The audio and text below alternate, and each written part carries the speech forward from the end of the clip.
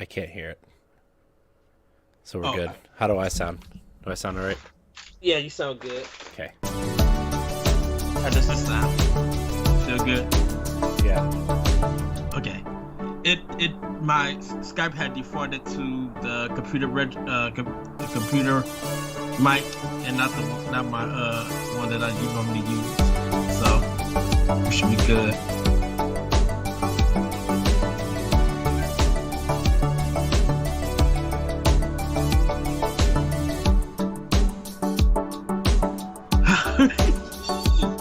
Dude, I've been so hyped for this all day. Yeah. Dude, I have our new intro music playing. It's like the show will begin soon music on Twitch. I'm about to check it out. We're also streaming to YouTube for the first time, so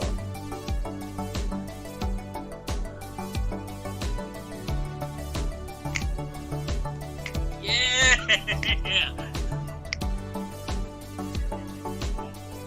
I'm quite excited. I'm super excited.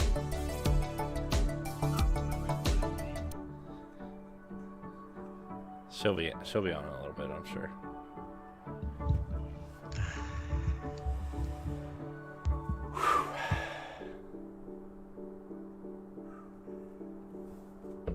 See.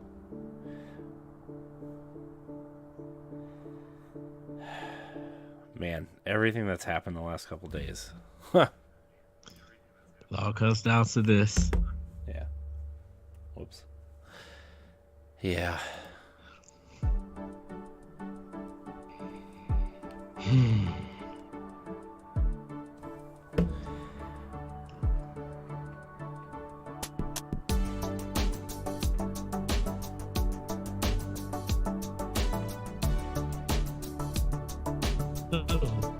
LaRon's in the chat.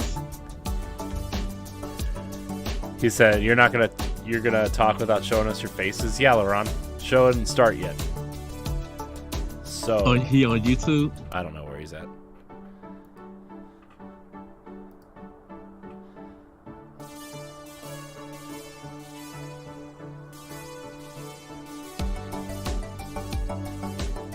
Oh, okay. His music's bumping.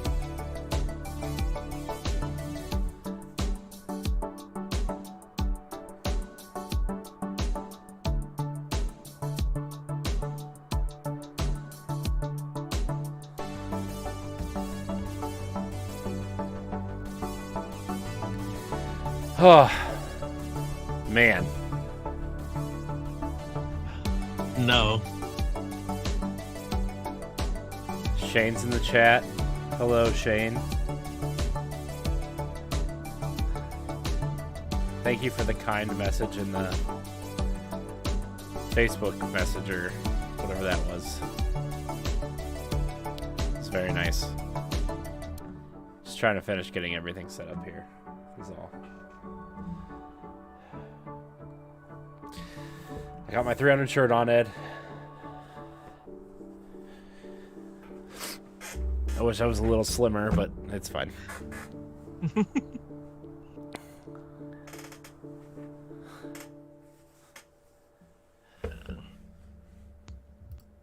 Like, I'm just excited.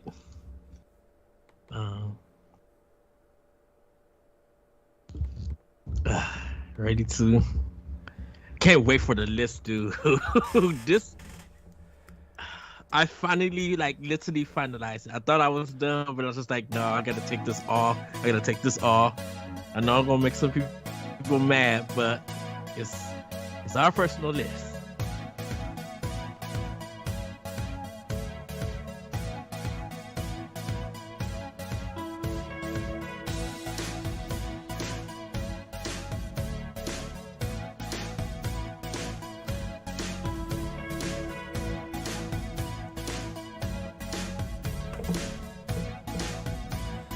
Alright, just waiting on Stephanie is all.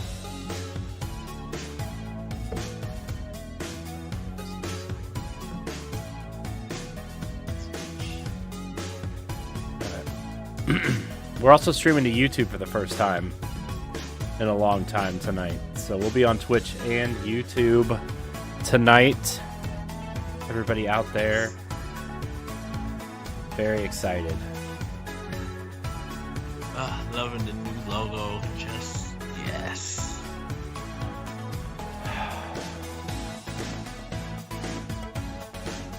Production, man.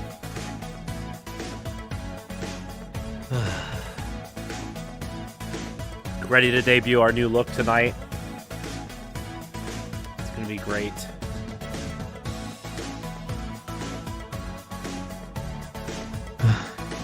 Why do I have a feeling that we both have a number one?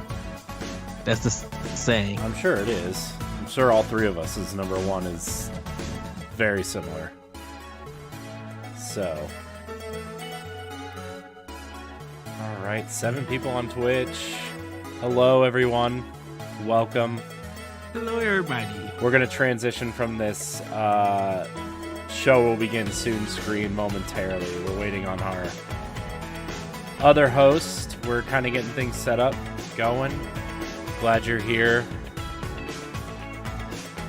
It's going to be a great show. Corey, I want to ask you a question because you posted this on Twitter. What GameCube games do you think needs to be re-released? I say Eternal Darkness. I think like that's just a guarantee for me. I mean, well, you saw the thing that Jeff Grubb put out today that Metroid Prime, all 3 of them are now being remade and will be released over the next 2 years. So,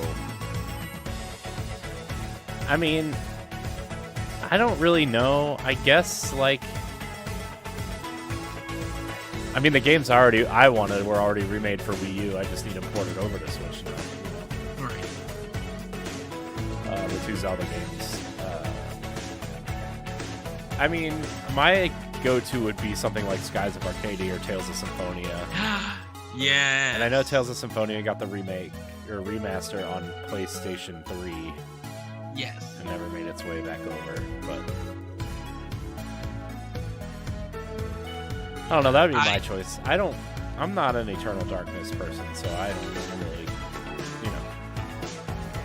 I think it was something different for Nintendo because it was just like a survival horror game that they had Silicon Knights make for it. So, you know, Nintendo's not known for doing anything like that. So that's why I would, that, you know, it was kind of different in its gameplay, using the magic, and I kind of just felt like, man, this is interesting to see that they would actually allow a new IP onto the GameCube and go with Dennis Dyack and his company before all the craziness happened with Silicon Knights. And that's weird. Silicon Knights put out 2 great games, Metal Gear Solid, Twin Snakes, and Eternal Darkness. I always wonder what happened when they went to Xbox. And I know it's the Unreal Engine thing that became a problem, but I thought that they would go on to be something greater and still be around to this very day.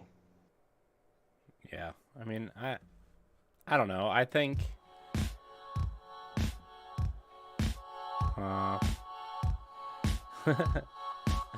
Stephanie's coming. Skype is being a nuisance. Being a bad boy. Yeah. Whoops.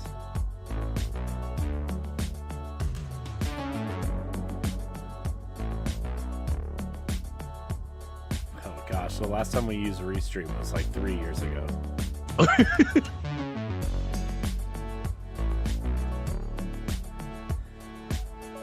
I forgot that I didn't. That's fine. That's fine. Let's see. Let me open Restream.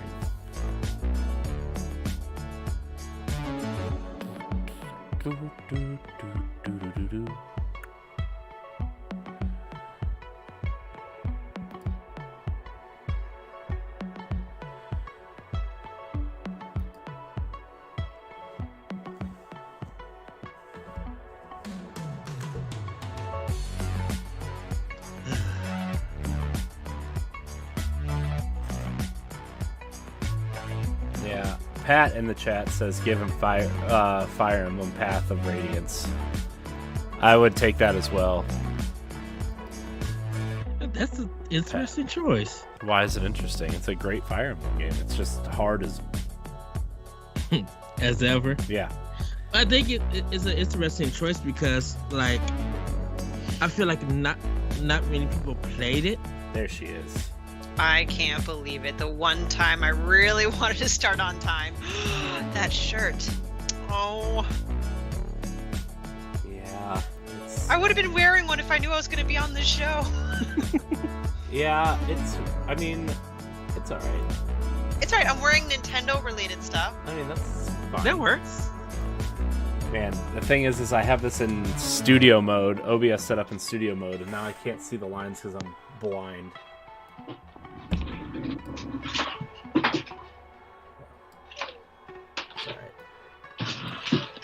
I have stuff for show and tell today. Oh, me too. Hold on, let me get it, and then we'll transition over. Yes. I'm so excited. Ed, thanks for inviting me to this, like, very special day. I'm honored. You are welcome. I'm happy that you can literally join us. We're making history, Ed. Yes, we are. Let's see. I'm trying to get all of this set.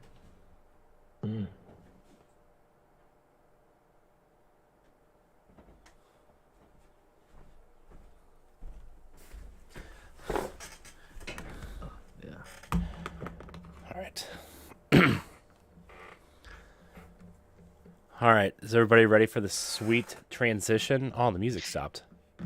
Yeah. Yes. Why did nobody tell me the music stopped? Oh, I didn't know that. Was I supposed to hear music stopping or playing when I got on? No. Okay. The chat is, but not Okay. you. Hi, chat. We're streaming on YouTube as well. Oh. Nikolai, I'm not talking to you. I love you, though. Oh.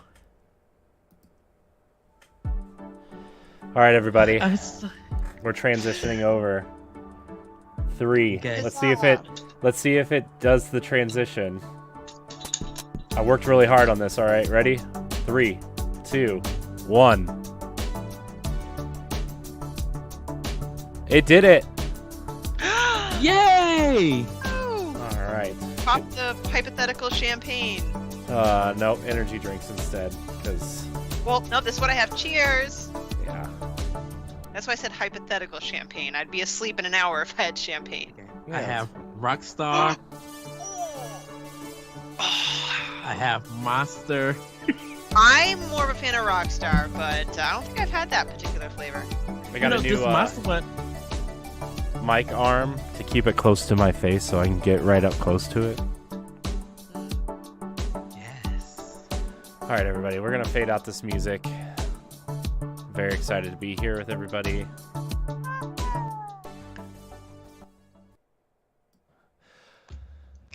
Oh man, what a we're still doing it, huh? We're still here, huh? Of course, Laron's the only one chatting on YouTube. Hi, Laron. Good to see you. Laron. See, you can multitask, Laron. You can chat and play your Monster Hunter. Yeah. Yeah. All right. 300. We are here. Just the three of us. All right. We're going to see if this works. I don't know if it's going to or not, but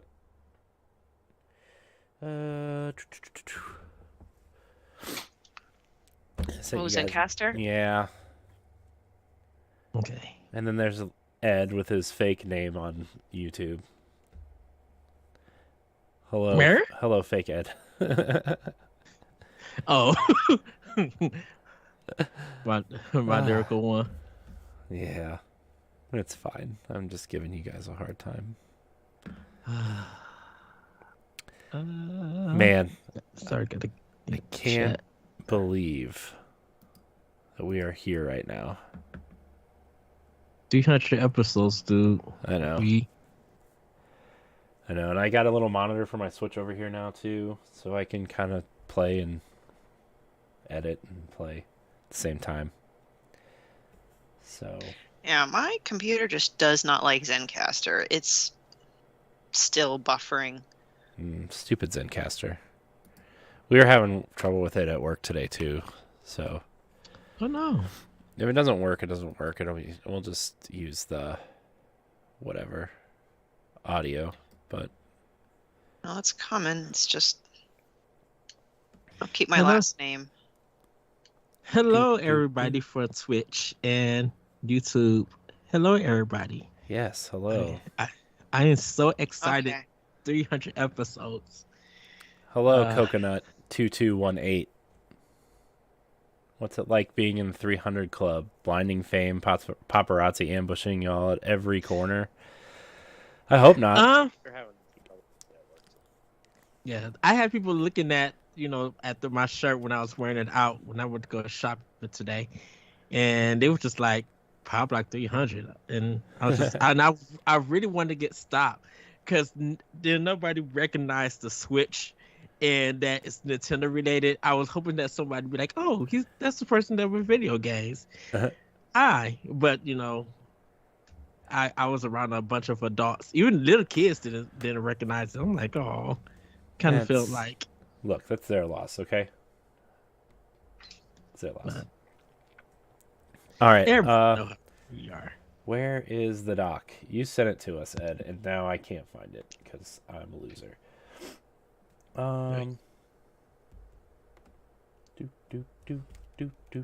Do. There it is. Okay. Oh, right. I gotta find the Patreons. No, I have it memorized, so it's fine. People are saying they heard of us. That's awesome. Well, let's open up Patreon. There might be a new one. Nothing is working. It's okay. Does your Zencaster say Dat Zelda something? That Zelda girl. Hmm. Before that, it was like imposter, and before I don't know. I was just kind of. That's fine. Hey Shane, thanks for joining us. Shane. Am I saying it right? Okamico. Comical. Okamico. That's just Yeah. Ed. So that's me. That's your fake one. Oh, that's fake. Yeah. Ed. It's fake Ed. So it's Okami and Comico mixed together. I got it. Comico. And plus that's my PlayStation username. So Pat's here. 3 times in a row I've had a PlayStation 5 in my cart on PlayStation Direct, and I did not buy it. Wow, that's. What's holding you back then? No, there's nothing I want to play on it right now. Okay, then why is it in your cart to begin Because with? I like to see if I can do it. It's like a rush. You wait. Okay. That's Here I fair. am You wait. trying to get one, and I can't. You wait in that stupid line for like, it says, "Well, here's your line," and wait for the bar to fill up, and then you see the time tick down, and you're like, the time's ticking down, and then you're like, 3 minutes left, and it's like, you're in. Then you put one in your cart and you close the window. It's a rush. I love the notes. It says, not to ruin the show ahead of time. Oh, wait, I'm not going to say it because then I'll ruin the show ahead of time. But I liked your comment about something taking forever. Oh, yeah. Oh yes. All right. Well, we're here. Come Corey does PS5 drugs. I do. It's a rush. I need to add questions and the Pow Block overhaul section. Well, we'll get to that when we get to that. So, Yeah, dude, stop procrastinating, man. I know. Sorry. Gosh. I'm going to start the recording. I'm going to start this recording. Hello, everyone. We're excited for you to be here.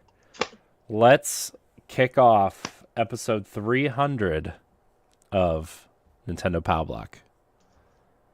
Brought to you by the Boss Rush Network. Yes. Be better. Be you. Be more. You ready? You guys ready? Yeah, Ready. I really like our new look, by the way. Shout out to Yeah. that I do graphic too. designer. He's all right. He's top tier, high quality. He's anointed. Worth He's, the money. He's top. He's anointed. All right, Ed. Okay. All right, let's go. Hello, everybody. Welcome to Nintendo Pow Block episode 300, our milestone episode. Everybody, I am the enlightened and excited and hyped Eddie V. And joining me, of course, is the one, the only boss man himself, Mr. Corey Deering. Yeah. Hello. I'm glad that you invited me on this 300th episode of Nintendo Pow Block. It's an honor to be here. I'm quite excited. And of course, we had to ask special guests to come on this one to join us. It's the legendary legend herself, Mr. Stephanie Kilimov. Hi! No, I actually just won a lottery and got on here. So this, remember, She actually I texted me like for 3 weeks and said, "Can I please come on Nintendo Pow Block 300, please?"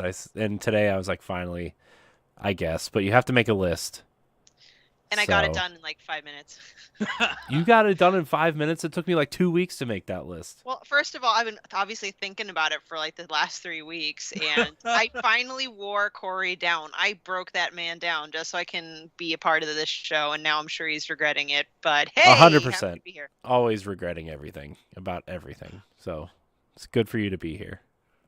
Yes, you're recording us for the third time within 2 days. Hint, hint.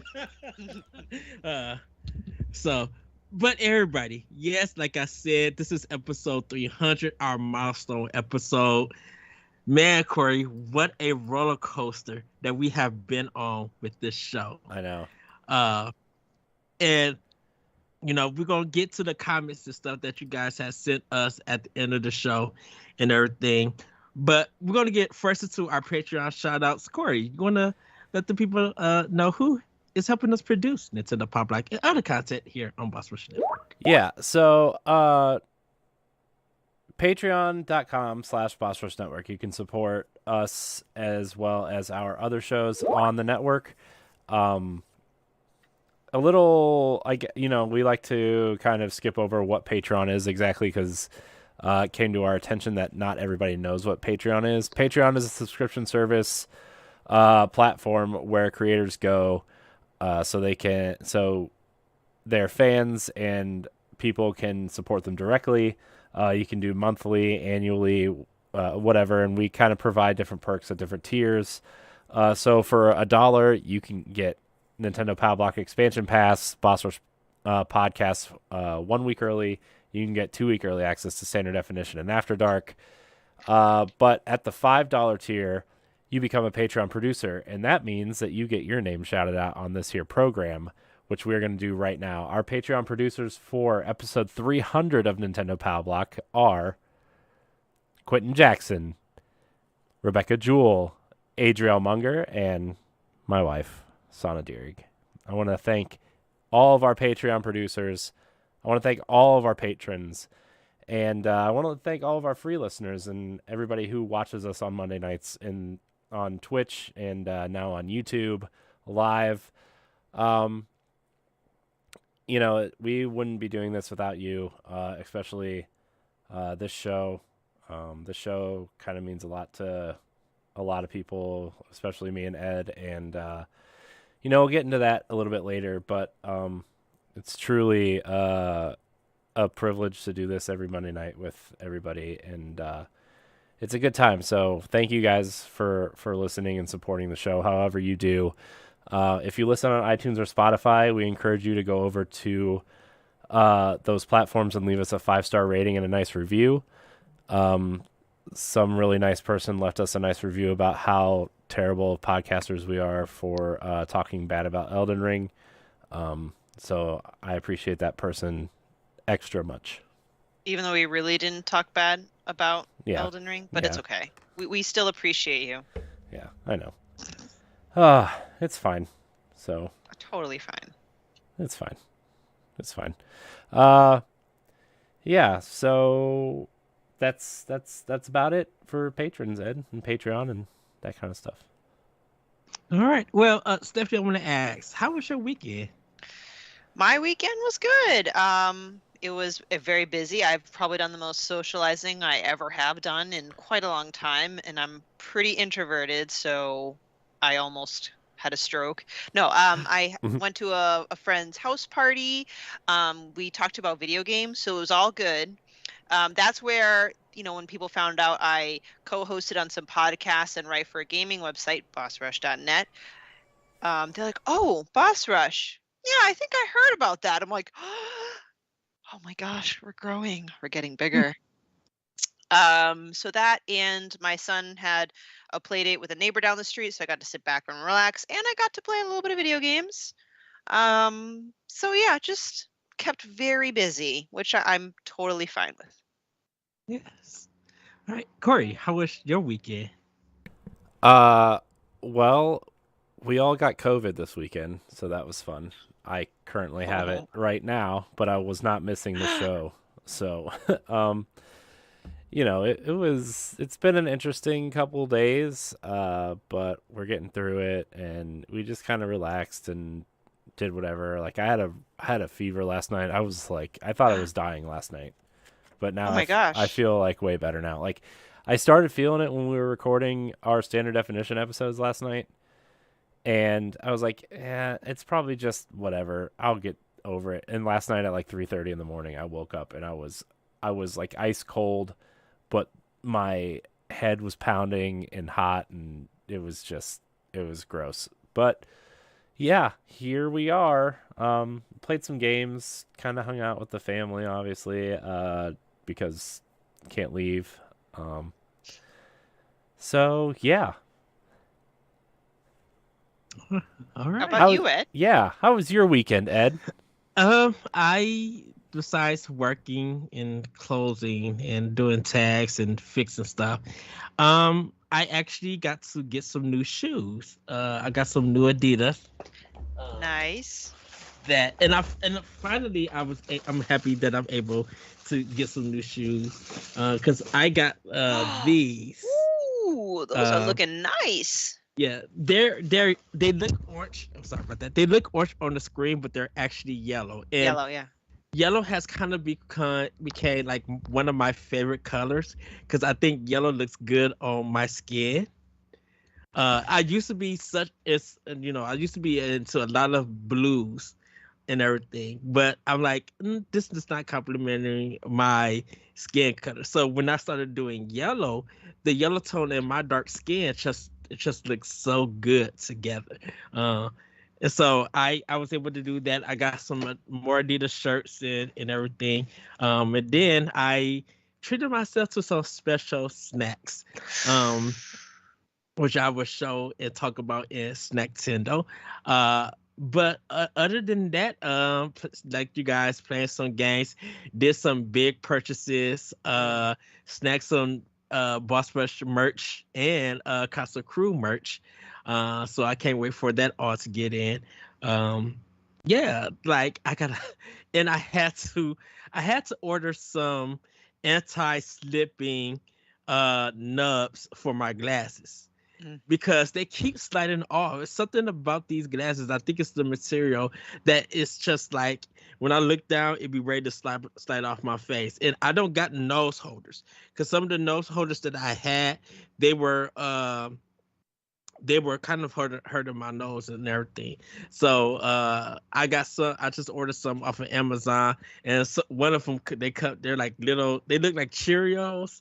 So I'm gonna see how they feel and everything, but they come in different colors. So I might like put on my red ones to represent red and yellow ones to represent Pow Block when I go to work.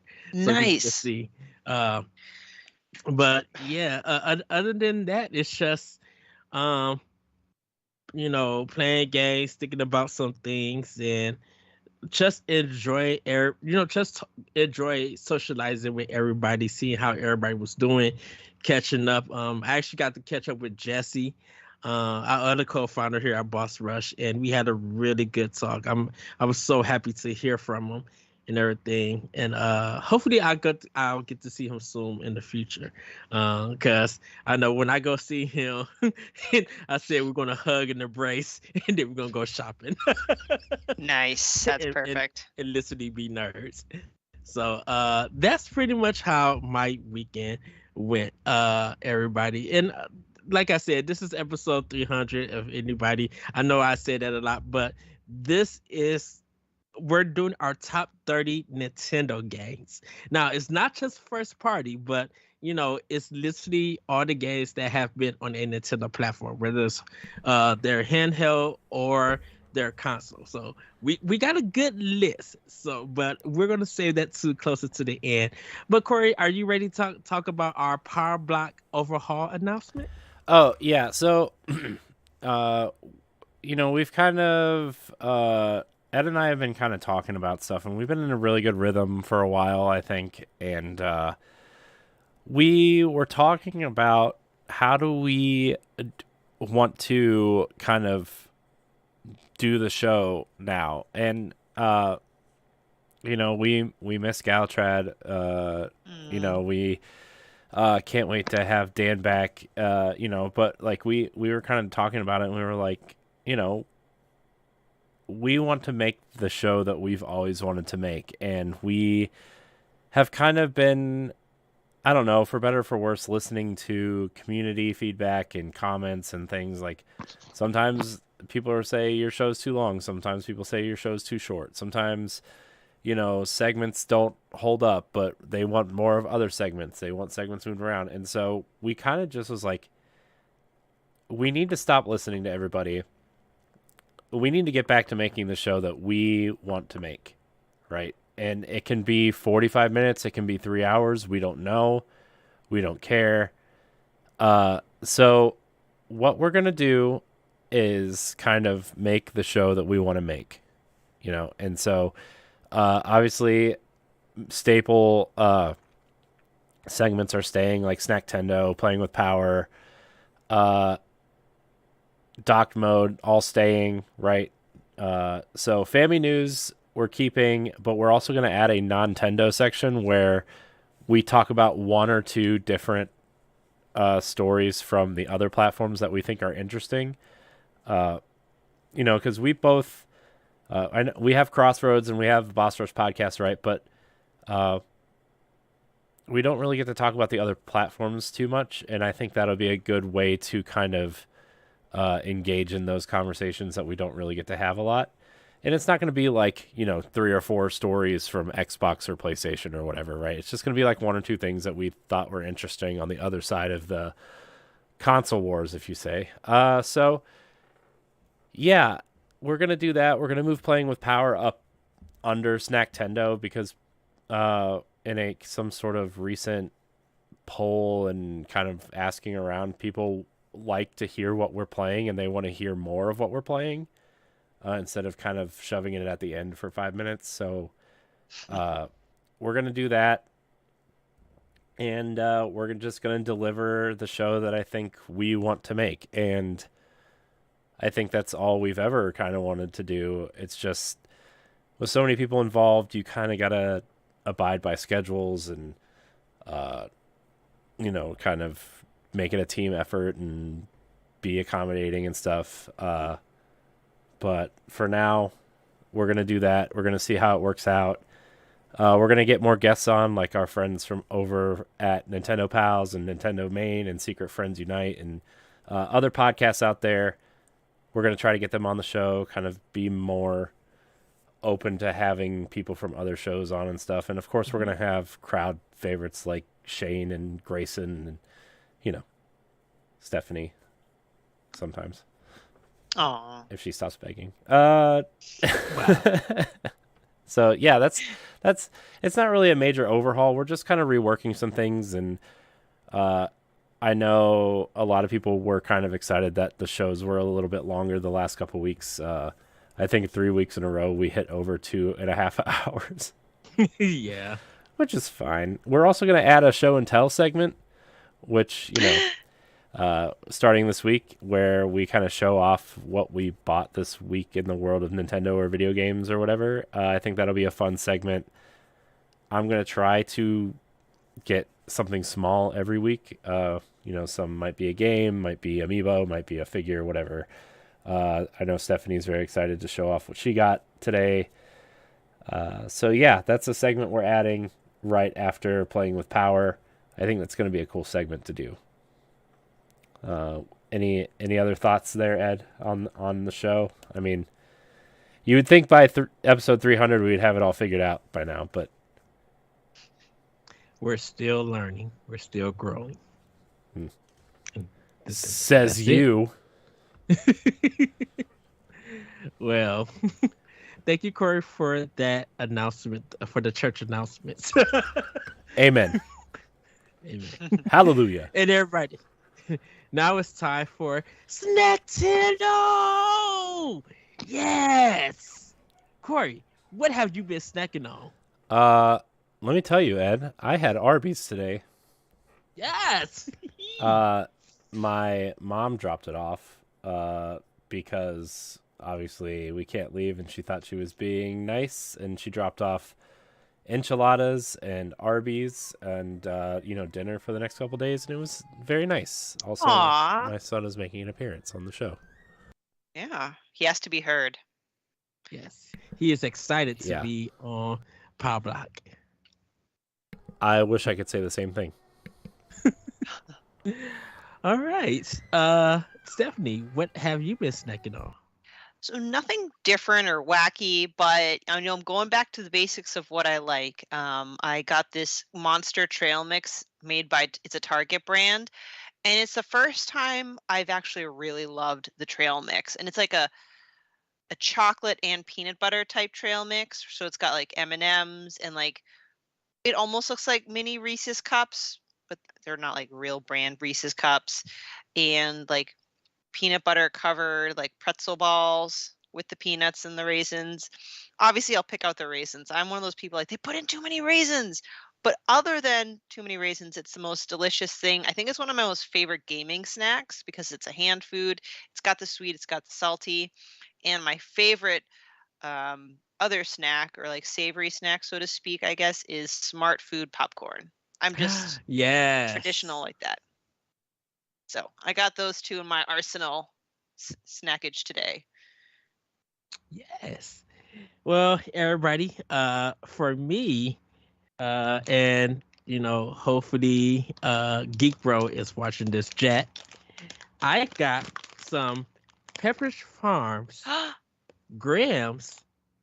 It is vanilla cupcake. Ed, hold that to the camera more. What is this? Yes. What is this? So, hold on 1 second. Let's see. Is this available at like standard stores? So we have a Pepperidge Farm outlet in Kenosha, in Pleasant Prairie, I should say. And so I went there and they had this right in the front. So I was just like, ooh, let me go get some, goldfish and taste it. Now, everybody, this is an on live taste. Oh my goodness. So, I'm like salivating right now. Here we go. And maybe Ed will be snacking on this at the Direct tomorrow. Maybe. Oh man, I have to go all the way to. Oh, that's a good excuse to go to Wisconsin, actually. I'm sure you can find them closer than Wisconsin. All right, he's nodding his head. I think this is a good sign. This bag probably gonna be gone by tonight. It's really good. It really tastes like vanilla cupcake. So has my heart. And it's not too sweet. Like it's just the right sweetness of, the vanilla cake that you eat with frosting on it. So, good though. I always, every time I go to the outlet mall in Pleasant Prairie, Pepperidge Farm is the first place I go to. Because I really go up there to go to the Adidas store, so that's where I got my shoes at. So my next snack is Monster Energy This is Assault. This is found this at Woodman's in Oh, Kenosha. it's the red. It's the red one. Right. It's a red flavor. It's the red can, I think. Well, this one has Army camo. Yeah. And then it's the red M. Yeah. Let's see. Bye, Dan. Have fun Bye, playing Dan. Xenoblade. Oh my goodness, it tastes like Coke. It's like a cola flavor. Huh. Not bad. I used to drink that stuff all the time, and then my cousin made me drink like Monster used to have the stuff BFC, BFC, which is like 3 of these size cans in one bottle. Dang. And of the red stuff, and my cousin made me chug it one time, and I thought I was going to die because shouldn't do that ever. The last one I have is a Monster Reserve watermelon. I've never heard of this one or tried it. So Monster Reserve. Yeah. Or is it Rockstar? Monster or Rockstar? It's no, Rockstar is the Rockstar that I got is Fruit Punch. Oh, I love Rockstar. Okay. But it's just a different game. Yeah, I have never tried watermelon Monster. Because a lot of their like other flavors that I kind of enjoy from Monster is like the sugar free or the low carb kind of ones. But yeah, that's pretty much all that I'm snacking on that I picked up. I got some Twizzlers. I will say this, and LaRonda, if you're watching, maybe you haven't seen this in your store also. Excuse me. The Lifesaver berries, berry gummies. I know they got recalled, but I don't know if any store has them anymore. They weren't at my Target. We don't have them at my store, at my job. My grocery stores don't have it, and the grocery store that I go to get like new snacks and stuff, they didn't have it either. So I was wondering if you guys see any, or around if you see any at the grocery store or anything, let us know in the chat. Because I'm very interested to see how if it got recalled everywhere in it. Interesting. And I forgot to tell you, I also had one of those massive burritos this weekend. Yes. I asked for extra cheese and extra habanero salsa. And man, my mouth was on fire in the best way. So good. So good. Dude, I cannot wait to come see you to get one. Oh, dude, I got to tell you, man, they're so good. So good. You know that, it's on me when I come, right? Well, yeah, then I'll get extra stuff. I told you to get extra stuff. Anyways, it was so good, though. You just won't see me as the Charmander. Nope. Oh. And I did try your trick, Corey, because we were talking about to drink milk with spicy stuff when your tongue is spicy.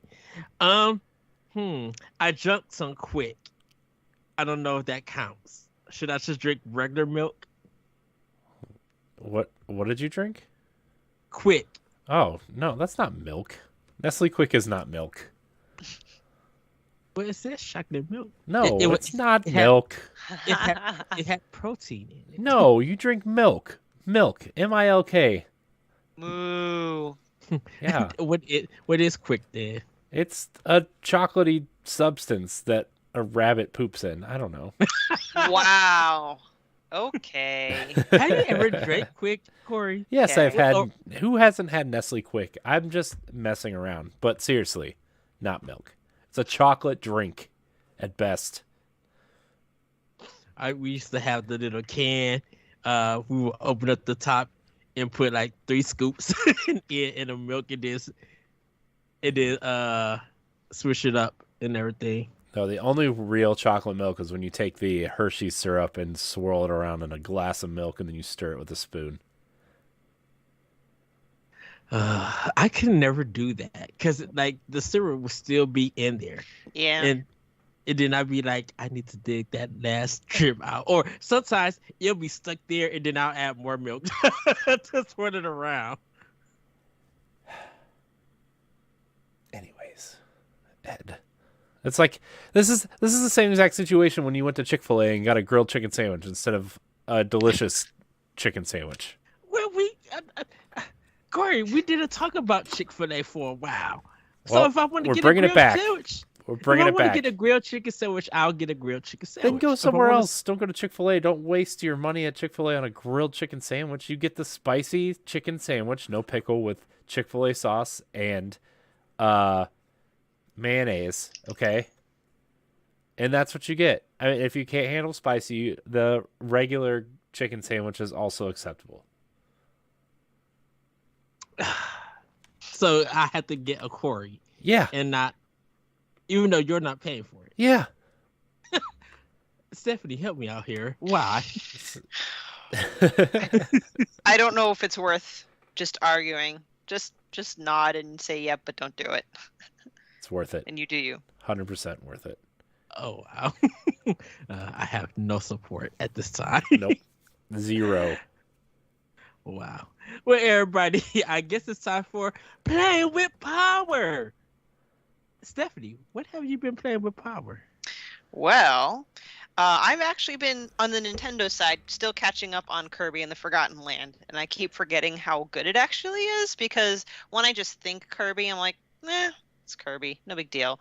When I play it, I'm like, I really, really like it, and I just went through the majority of the levels in the like carnival section, and it's amazing. Like there's one where you're in like a haunted house and like everything is dark with neon lights, so it's visually stunning. And I don't know, I like finding the like extra hidden tasks that you need to complete.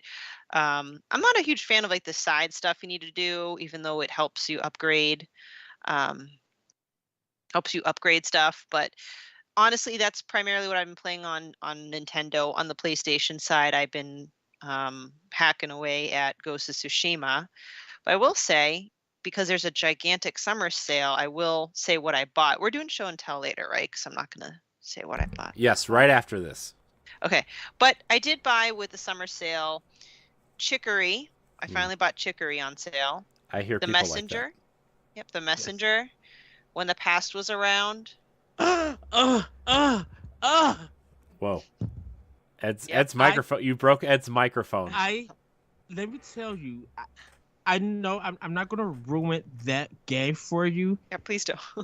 I really think we may have to do a talk to walk for this game. Wow. Okay. Because it literally left me speechless. And there's a lot of emotions connected to this game, so you may feel something. But yeah, when the Past was around, that game, yes. Oh, perfect. Well, I'm glad I picked the right game. So yeah, all those. I also got Unforeseen Incidents. It's a newer game, and it just looked real cool. And then lastly, more for After Dark, I got Pub Encounter. Talk about Pub Encounter on Wednesday. Cool. Can't wait to hear that. Still saying Shane, I played it. It was pretty decent. Which one? Pub Encounter? He's going to type furiously and be like, no! No, not Pub Encounter. Well, while we're waiting for Shane to clarify what he was playing, who is next? Well, so I'm going to go next. I picked up Pocky and Rocky Reshrine, played a little bit of that.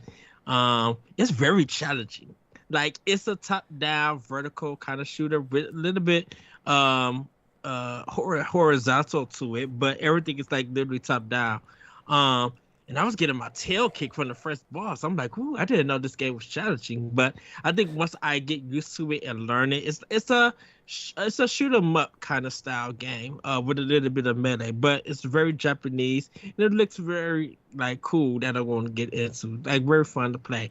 Neon White, I started up picking. I gotta get used to the controls, but I really am enjoying this game. I love what it offers and stuff. It's something that Great music, by the way. It's just something that it feels weird. Because you gotta wrap your head around it, because it's a different style of gameplay in a sense, like doing parkour while also being a first person shooter and everything. But it's not like traditional first person shooter Right. It's and also everything. part card based, right? Yes. So it's I'm hard for out. me to imagine like a fast paced first person parkour shooter when you're also being card based. Well, where the card based thing is really just for you to attack and discard it so that you could do a special move. So it's nothing Yu-Gi-Oh based or anything like that. It's really just like you need this card to progress. And and everything, and then they give you a new card. You just you go with that. Like you just really need, for a lot of it, you only need the cards for a little bit of the attack thing, but most of the cards is to traverse through it. It really is it's different for me, but I can understand why it may just get Game of the Year nominations. Like it really is fun, but I just got to get used to that gameplay. So I got to kind of break my mind to be like, okay, I got it. Nice. Fire Emblem Warriors 3 Hopes. I just started. I'm not far in it yet, but great voice acting. I'm actually playing as I'm Shez, and I'm playing as a female in here. Dude, female And Shez has my heart. She's awesome. She's so cool. I love her design. Yeah, I know. Her design's cool. Her voice acting's great. Her, like, just, I don't know. There's something about Shez that captured me, like, instantly. After that first battle, like, when you kind of go in and meet I don't really want to spoil anything, but that kind of ghostly character that you kind of interact with throughout the game, like, she's so cool. And I'm not a big Warriors person, like, at all. And, like, the gameplay is fine, right? It's fine, but, like, Shez is cool. And I put in our Discord the other day, I'm like, I want, like, an action RPG with these characters or something. Mm-hmm. Just because I think Shez is really cool. And I'm really interested to see how they kind of position Byleth moving forward, because they've kind of positioned her, like, it's in the marketing and stuff, so not really spoiling anything, but they've kind of positioned Byleth as, like, the bad guy. And so That's interesting. yeah, it's interesting. So yeah, man, Fire Emblem Warriors, awesome game. Yeah, I can't wait to dig into more of that. I did pick up Monster Hunter Sunbreak, so that will be ready to go on the 30th. Picked up Capcom Fighting Classics. Haven't started yet, but I can't wait to get in and play some of those games, because I never got a chance to play the Darksiders series, and that's one game that I want to play. And I love Puzzle Fighter, so just can't wait to play that. Played a little bit of Just Shapes and Beats, still dancing and moving to that, and then I'm like almost at the final part of Shadow of the Tomb Raider. I literally did not do any of the side quests yet. I'm literally just like maining the main game. So when I get to like the last save point, it says before you go and do the final thing, do you want to save and everything? I'm gonna save it there and then probably go back and do the side quest stuff so I can raise up my levels and get all of this stuff done before I started, so I could unlock the whole board. I even got an achievement in the game on my Series X. I'm like, oh, this is cool. Ooh. Yeah, because I'm trying to unlock all of her character traits, her character skills, I should say, and be like a powerhouse in this game. So, but that's kind of what I've been playing with Power, because I got to get ready. Definitely replay before I watch, but I got to get ready for Stray. And yeah, and depending on what this partner direct does, yeah. Do we? So I know technically this episode is coming out like after the direct, right? But do we want to talk about any of the predictions or the rumors floating around at all? We can. just for like 5 minutes. Not, I mean, after we're done with playing with power and stuff, I guess. Yes. But Yes. But yeah, that's what I've been playing with power. I don't think there's anything else coming out this week that I'm looking forward to get. I think I got everything besides just summer break. Just got to get ready for that. On the Nice. 30th, I'm super stoked for that game, for that Nice. DLC. nice. And by the way, Shane says it was when the pass was around that he played. And then Auditor 415 says, Ed and Corey, what houses did you guys go with? And Three Hopes. Three Hopes, yeah, sorry. Black Eagles, because that's who I went with in Three Houses the first time. I haven't chosen the house yet. I haven't gotten that far. Ed, don't make the wrong decision, Ed. I would. When I get to that part, I will let you guys know next time. I swear. Okay. If you say so. Oh. Anyways, so I guess it's my turn. I've been playing a lot of Death's Door, and it's very, very good. It's very hard. I'm still not very far, but I've played. It's weird because I'm not very far, but I've played a lot. If that makes sense, I just like exploring and walking around, and I've made it to. There's this underground kind of area that I'm kind of exploring right now, and it's super fun. This is one of those indie games that's just super special, and I hope everybody gives it a chance. It's on sale right now on Switch for the big old game sale, what they're calling it, right? So highly recommended if you're into kind of top-down Zelda, or I would even dare to say it's like a Souls light, although it's not nearly as difficult as a Souls game. It's just has that big boss collect. They're literally called souls. You collect souls to upgrade your character, and that's about the extent of it. You don't lose any when you die, but that mechanic is in there. But it's super fun. The combat's fun. The music's great. The art design is wonderful. So yeah, highly recommended. Death's Door. Also playing Fire Emblem Warriors 3 Hopes, and I kind of talked about it already. It's super fun. I really love the characters. I love seeing that world again. I am really interested on how they're positioning Byleth. But like I said, Ed, Shez is just an awesome character, and I hope we get like an amiibo or a statue or something of her at some point, because she's cool. Although we didn't get a female Byleth amiibo yet, which is concerning, but whatever.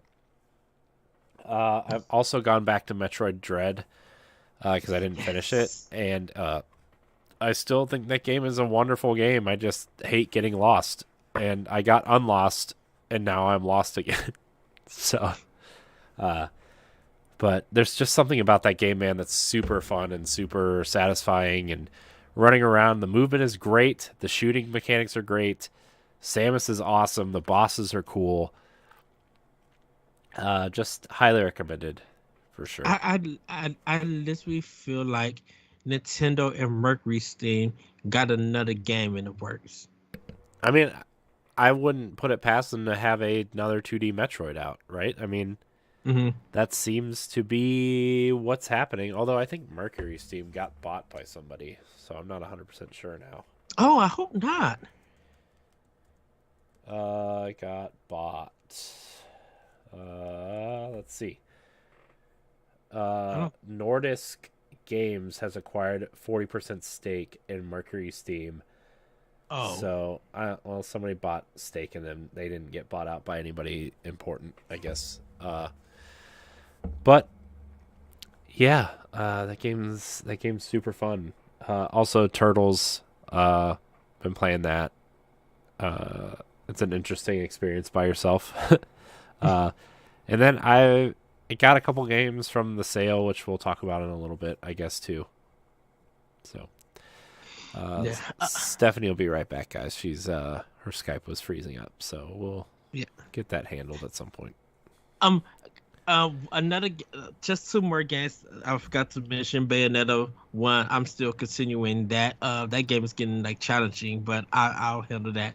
A Head is this like kind of puzzle platforming game where your head is full of electricity, and you gotta throw it or land on something, and they'll highlight to give it something electricity and everything. And I think I'm close to the end of the game. I think it's like 6 chapters and stuff. I think I'm at the close. I'm close to it. There are some collectibles in it. Excuse me, but it was weird to me, Corey, because they don't tell you how to play the game. You kind of gotta go to the pause button to find out, and it says that you could throw your head in this game. Uh, but in reality, you can't throw it yet until you get that power. Okay. So I was just like, oh, like you almost get it like in chapter 2. So I was just like, oh, okay, what's going on? Why can't I throw my head? I thought the game was broke in a sense, and it wasn't. So I just decided to be like, you know what, I'm gonna get this thing, and then when I got it, the puzzle started getting super hard. So I was just like, oh wow. But it's a really cool game. I know it was in the Indie Direct, I think last time they did one. So it's a really cool game. It's people who like puzzle platformers. Like you don't fight any enemies in this game. And it's weird that you see husk of people of your design. So there might be like a story at the end of this game, like finding out what's going on, like why you in this laboratory or whatever doing all of this. It may be at the end of the game because there's no bosses or anything in this game. It's straight puzzles for this whole game. So I'm interested to see how the game ends. It feels like the game could probably, if you do a run of it and learn everything, but if you do like a second replay to get stuff, you may only you probably would get through the game within an hour and a half. It feels like it's short for some reason. Okay. But I'm enjoying it. It's a really cool game and everything. Cool.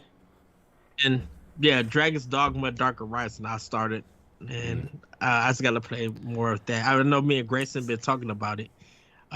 It seems like that game's gotten a resurgence since they announced that sequel, so I'm sure people are excited for it. I don't understand. I watched Jeff Gersman's stream of it the other day for like 2 hours, and I just it looks like Souls meets Monster Hunter game is kind of what it reminds me of, and I'm like, okay, I get it. Yes.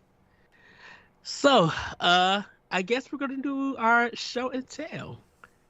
Corey, I'll let you handle this section. Oh, okay. Well, show and tell is our new segment where we show off what we picked up this week, and talk about maybe the digital games we picked up this week as well.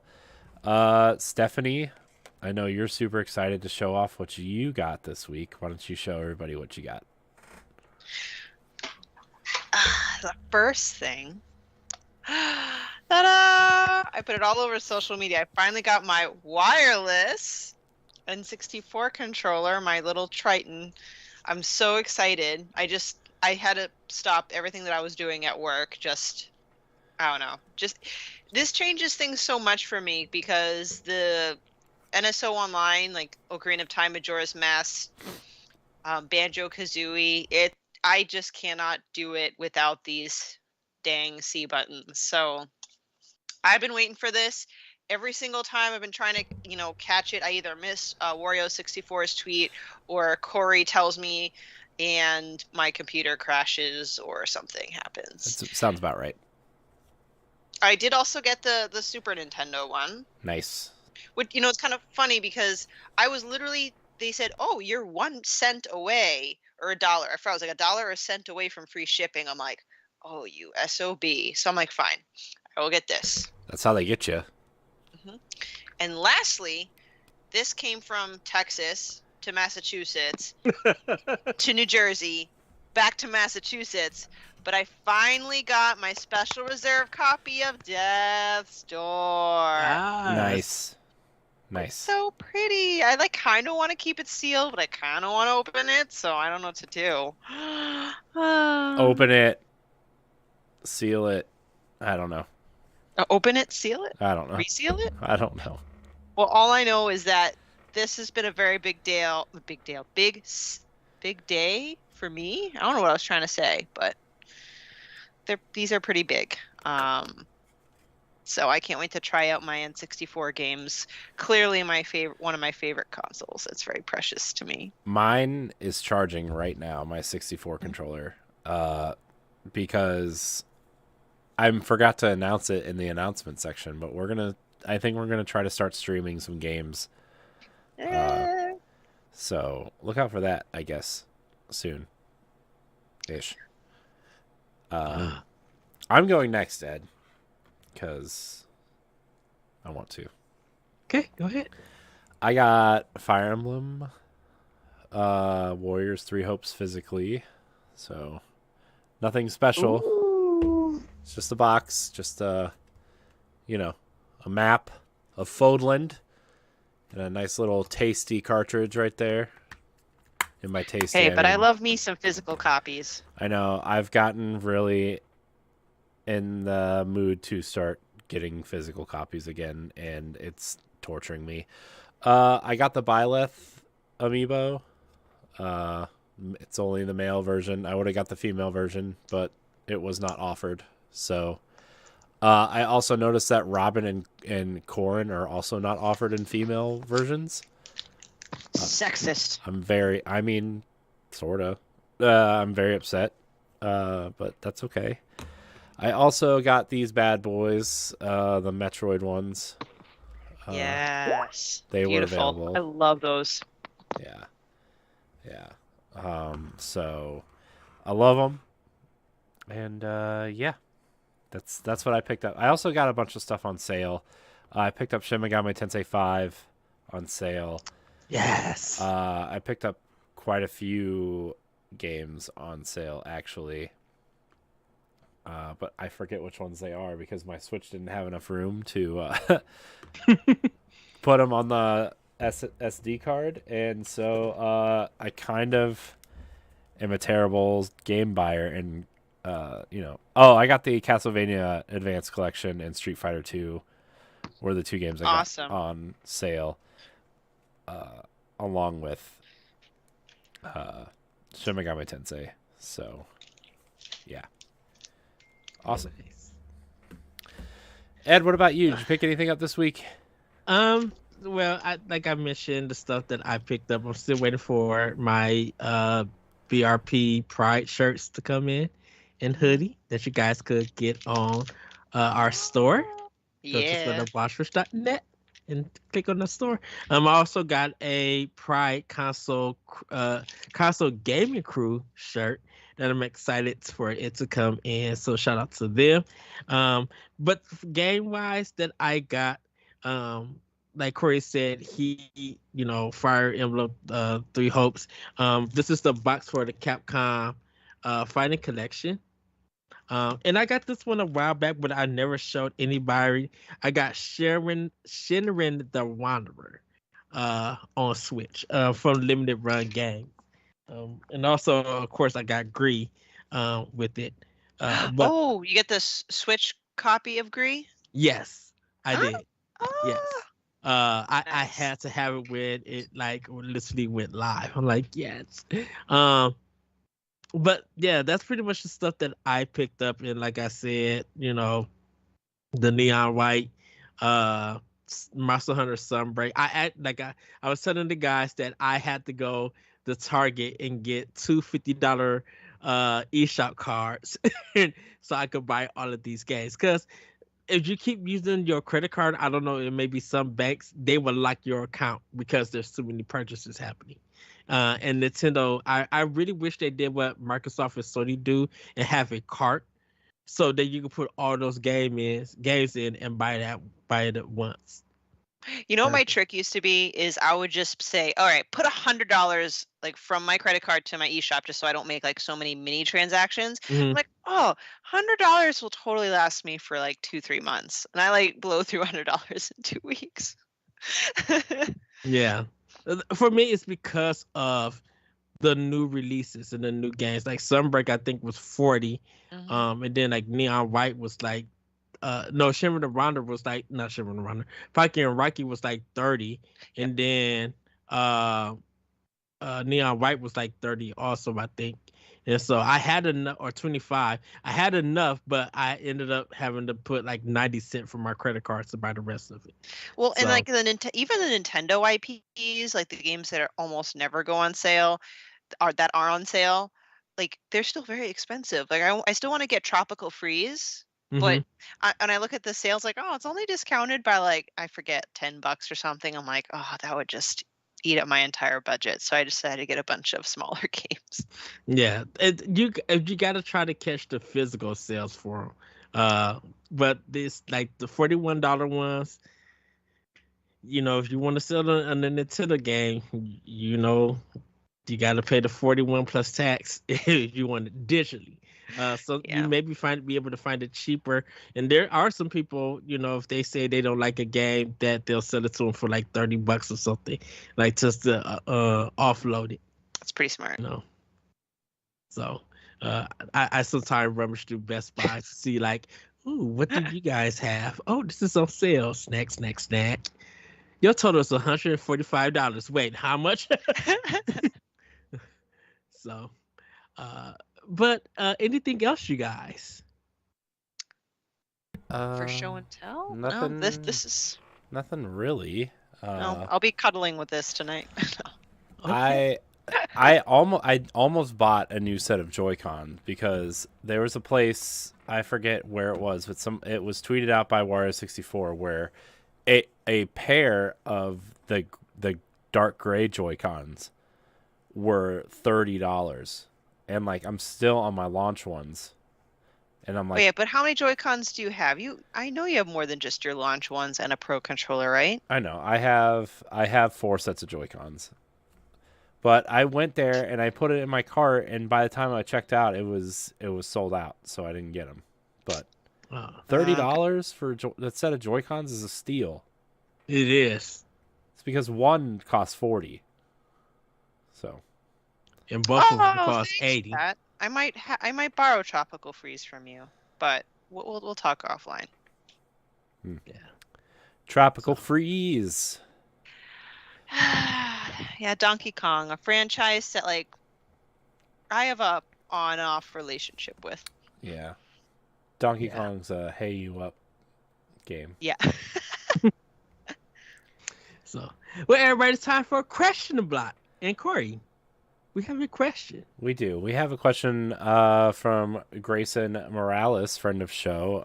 Also, chat, if you have questions, just start asking them. We'll get to a couple of them in our Twitch chat. Grayson asked if you could choose to magically have one comprehensive physical strategy guide for any Nintendo game ever made. Which would you choose? Well, Stephanie has an answer. It No. Well, but you guys go first because I want to think about it. Well, here's the thing. I have a lot of strategy guides. So, I mean, that question's kind of tough for me. I used to every time I bought a game, I would buy the strategy guide.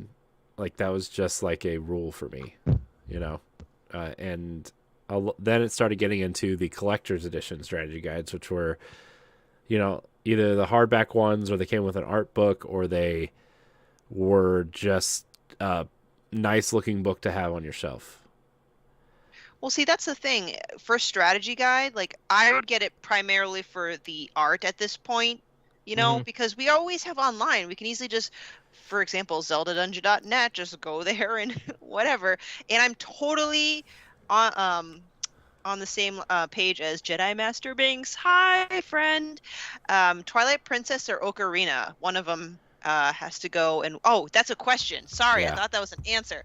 But I will play off that and say I would want an Ocarina of Time one, because a long time ago I used to borrow my cousin's like game book, the guide from long ago. Mhm. Imagine if they redid that, but in like, that company Piggyback that makes those really nice Yeah. guides. If they did an Ocarina of Time version of that, Yeah. I mean, I have the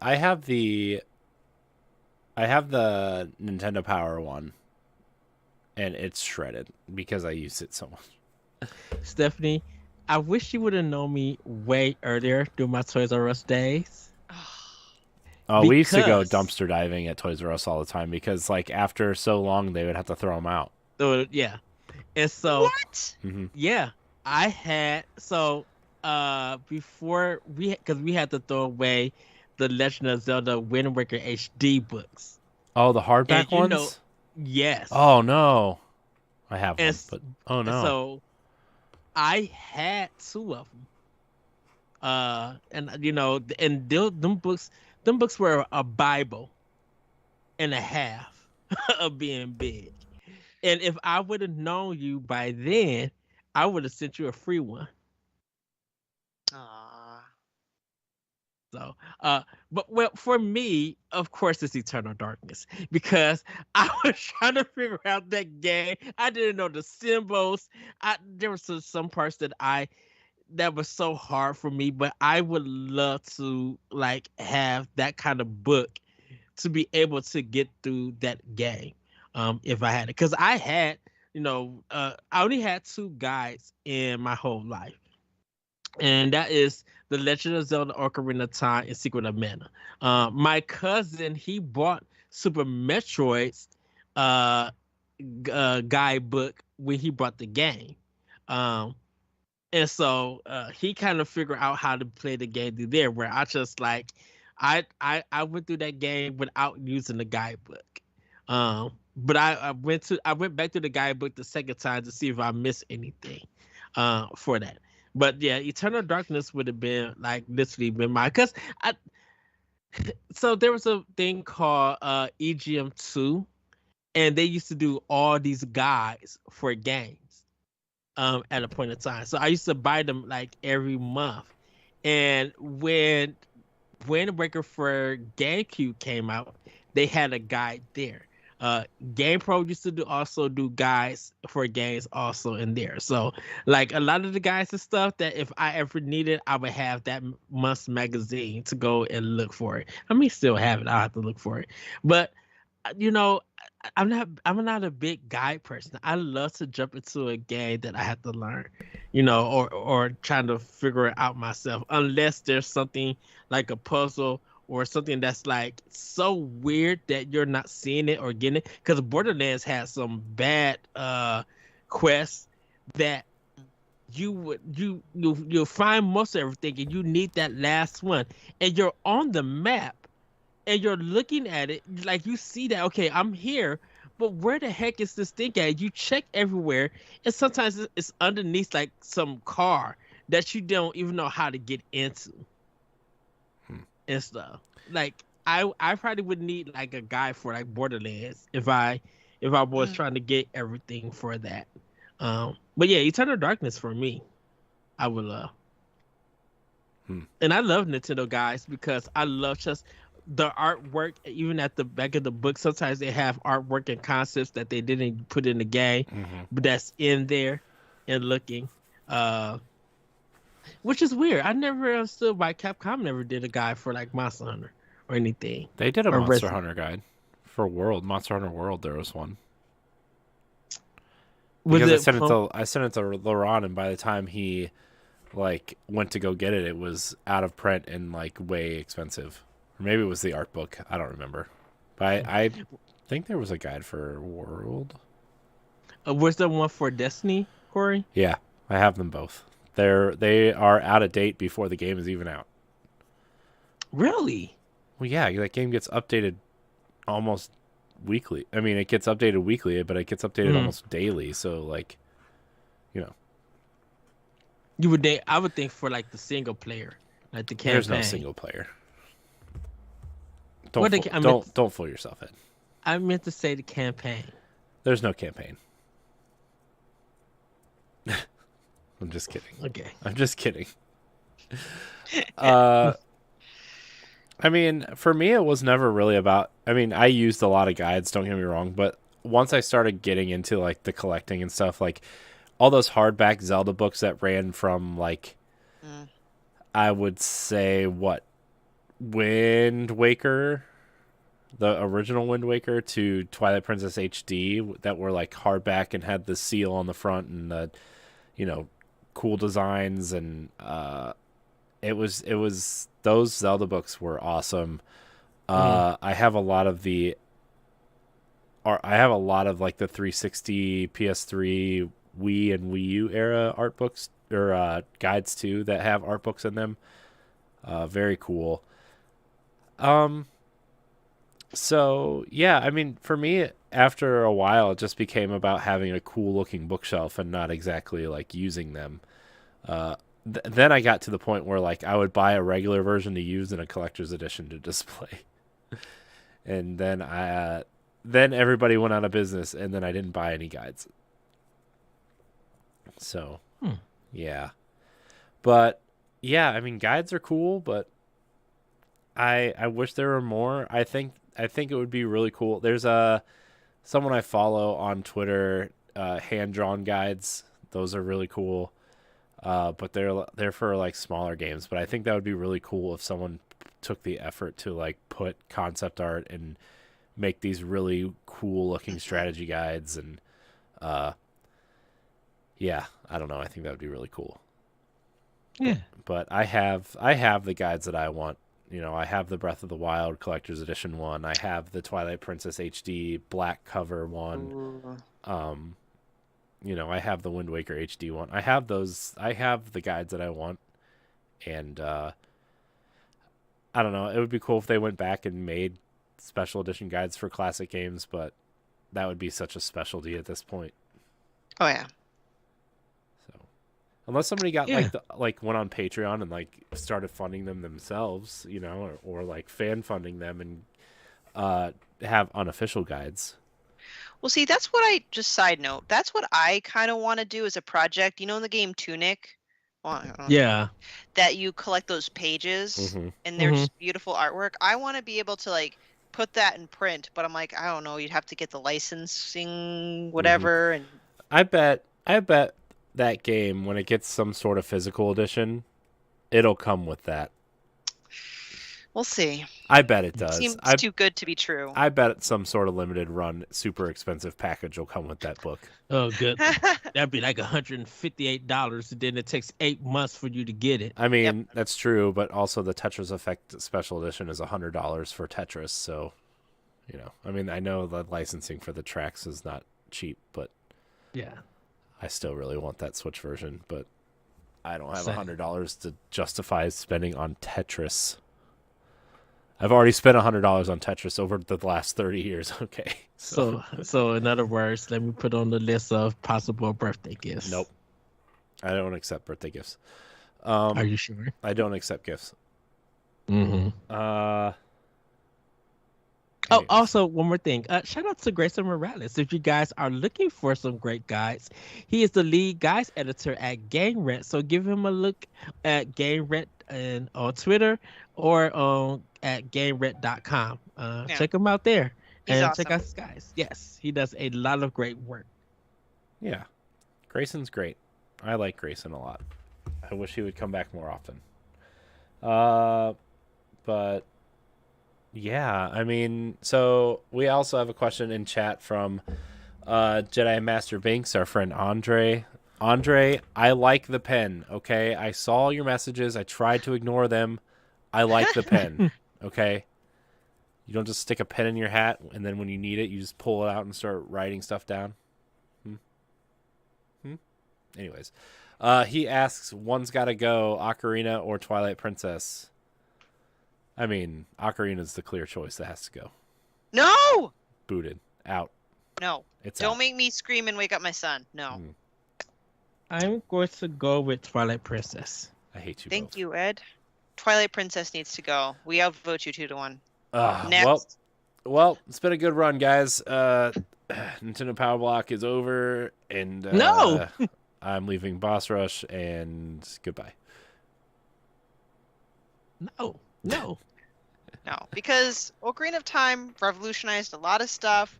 You can always make another Twilight Princess. Yeah, and Twilight Princess got some unnecessary stuff before the game even gets going. That's not true. Wrestling with some goats. Hey, that is a very important skill that you need for the final boss, okay? Very important skill. Plus, I don't like that second to last dungeon with all that wind. That fighting that dragon boss. Get good, Ed. That's the thing in the sky, worst level. I hate it. That can't be there. Get Those good, weird chicken ball chicken people. Questionable content, question mark, comma, question mark. You're questionable. Or exclamation Twilight mark. Princess has the best dungeon design of any Zelda game ever, period, full stop. Not that level. Ooh, Full goodness, stop. That was questionable content. Ocarina of Time, yes, some good level design. It has heart. It has character. I mean, it doesn't have something. It doesn't have the dreidel of death that Twilight Princess has, because I love that dungeon. The clock dungeon where you're going up the stairs and everything. Yeah. But yeah, Twilight Princess, I would let that one go. Best game ever. Gosh, Zelda Twilight Princess is the greatest Zelda game of all time, behind Breath of the Wild. The end. Full stop. All right, Ed. What are we going into our list now, or are we going to talk about this direct tomorrow? Let's quickly talk about the direct, and then we'll get into the list. Okay. Well, there's a few rumors floating around tomorrow, and there's been some stuff leaked out already, supposedly. Of course. Mario Rabbids is supposedly being shown off. That's not surprising. I would say most of us would guess that. Persona I think is a layup at this point. If it's coming to Xbox and not Switch, the world is going to riot. Nier Automata is something that's been rumored for a while. Because of the 4-year thing. I don't know what that means, but sure. They was just like the rumor that there was a game that's been out for 4 years on other platforms, and now it's finally coming to Switch. And since Nier Automata has been on PlayStation and Xbox, it's a possibility coming to Switch. Because they was like Red Dead Redemption too. I'm like, ugh. I know who said that. But there's a pretty significant source that said the Batman Arkham Collection is coming to Switch. That'd be nice. So that's a pretty interesting get. I mean, those are Wii U games, so I don't see why they wouldn't make it over. I wonder if we'll get the Arkham City Armored Edition, which is like the easier version than the regular version. But that was the Wii U version, right? Yeah. I think like of course they'll show probably more of Live Alive, but I think Front Mission first is coming. That was the remake of like Front Mission 1, because we didn't get a date or that much information, and they'll probably talk about Front Mission 2, or Second Mission. I think they'll probably show more off of that. I think you'll see some bigger indies too, like Silk Song and Tunic. I'm sure you'll see at this direct. I think you're going to see some Square games though. I think you're going to see like a Final Fantasy 13, some sort of something for that. Also, I think somebody in our chat said the Final Fantasy Pixel Collection, which I could totally see happening as well. Yeah. There's probably some indie games that was from the Wholesome Direct that was kind of shown and announced that they probably would get some dates on there on Switch and everything. EA, I don't know. I know me and you, Corey, was talking about Mass Effect coming. Yeah, I mean, it was either Jeff Grubb or Tom Henderson or something said Mass Effect is a real possibility for Switch soon. People keep saying Bayonetta, but Bayonetta is a first-party game. Yeah. So I mean, it's like Bayonetta 3 is trending, and I just want to like shake all these people on Twitter and be like, Bayonetta is a first-party game. Nintendo's funding and publishing it. There's another game. I won't say it because it might trigger somebody. Do it. But Say it. but it's AW. Alan Wake remastered. Actually, yeah, that's possibly That's been rumored for a while too. The some sort of Alan Wake has been. But they AW. confirmed it. Yes, first party AW. A certain person on our team, it gets emotional when we mention it. So I'm not trying to. What is it? Query. AW. What are you talking about? AW. Tanks. Oh, Advance Wars. Yes. Also a first party game. Andy said it. Well, okay, quick question, because fine, yes, but and I can't take credit because someone mentioned, I think it might have been Donnie from the writing team that mentioned in one of the third party directs that happened for Nintendo before, they announced Cadence of Hyrule. Mm-hmm. Right. The thing with that is because their original game was out, and they asked Nintendo they probably got in touch with Nintendo to make Cadence of Hyrule. Nintendo didn't publish Cadence of Hyrule. That was they licensed the Zelda IP, and it's cool because like the only reason why they did it is because Aonuma and Miyamoto like the first game, and they were like, this would be cool if you put a Zelda skin on it. All right, But they because I said was in hoping Japanese. there'd be like a sneaky, loophole-y type of way that Nintendo will show something like an Advance War or a Bayonetta or a Zelda just done through like second party. Yeah. No. So when Nintendo pays for those developers to make their game for them, Nintendo is doing the publishing. Yeah. Doing the publishing. Unless the developer is doing the development and publishing, that's the reason why AW wouldn't show into it, because Nintendo owns the IP and they're publishing it, not wait for it. Boo. Yeah. So I don't know. I think it's exciting that we have a 25-minute direct full of third-party games. That's a significant amount of time. Yep. You know, that's a hefty chunk. I mean, when we know how fast Nintendo can blow through some games. yeah. I think my layups are the Persona 3, 4, and 5. Those are the layups for me. I think shoot, sorry, there's something going on and I'm trying to get updates on it. I think that, Batman is a kind of a layup. I think some of these collections, I think indie games, even though they do indie showcases, I think if you bring some of the bigger indie games into third party, it brings a bigger light to indie games in general. And so I would love to see, because I'm waiting to play Tunic until it comes to Switch. I know that's dumb because I have Game Pass and I have a Backbone controller and I could totally play that game in handheld mode already.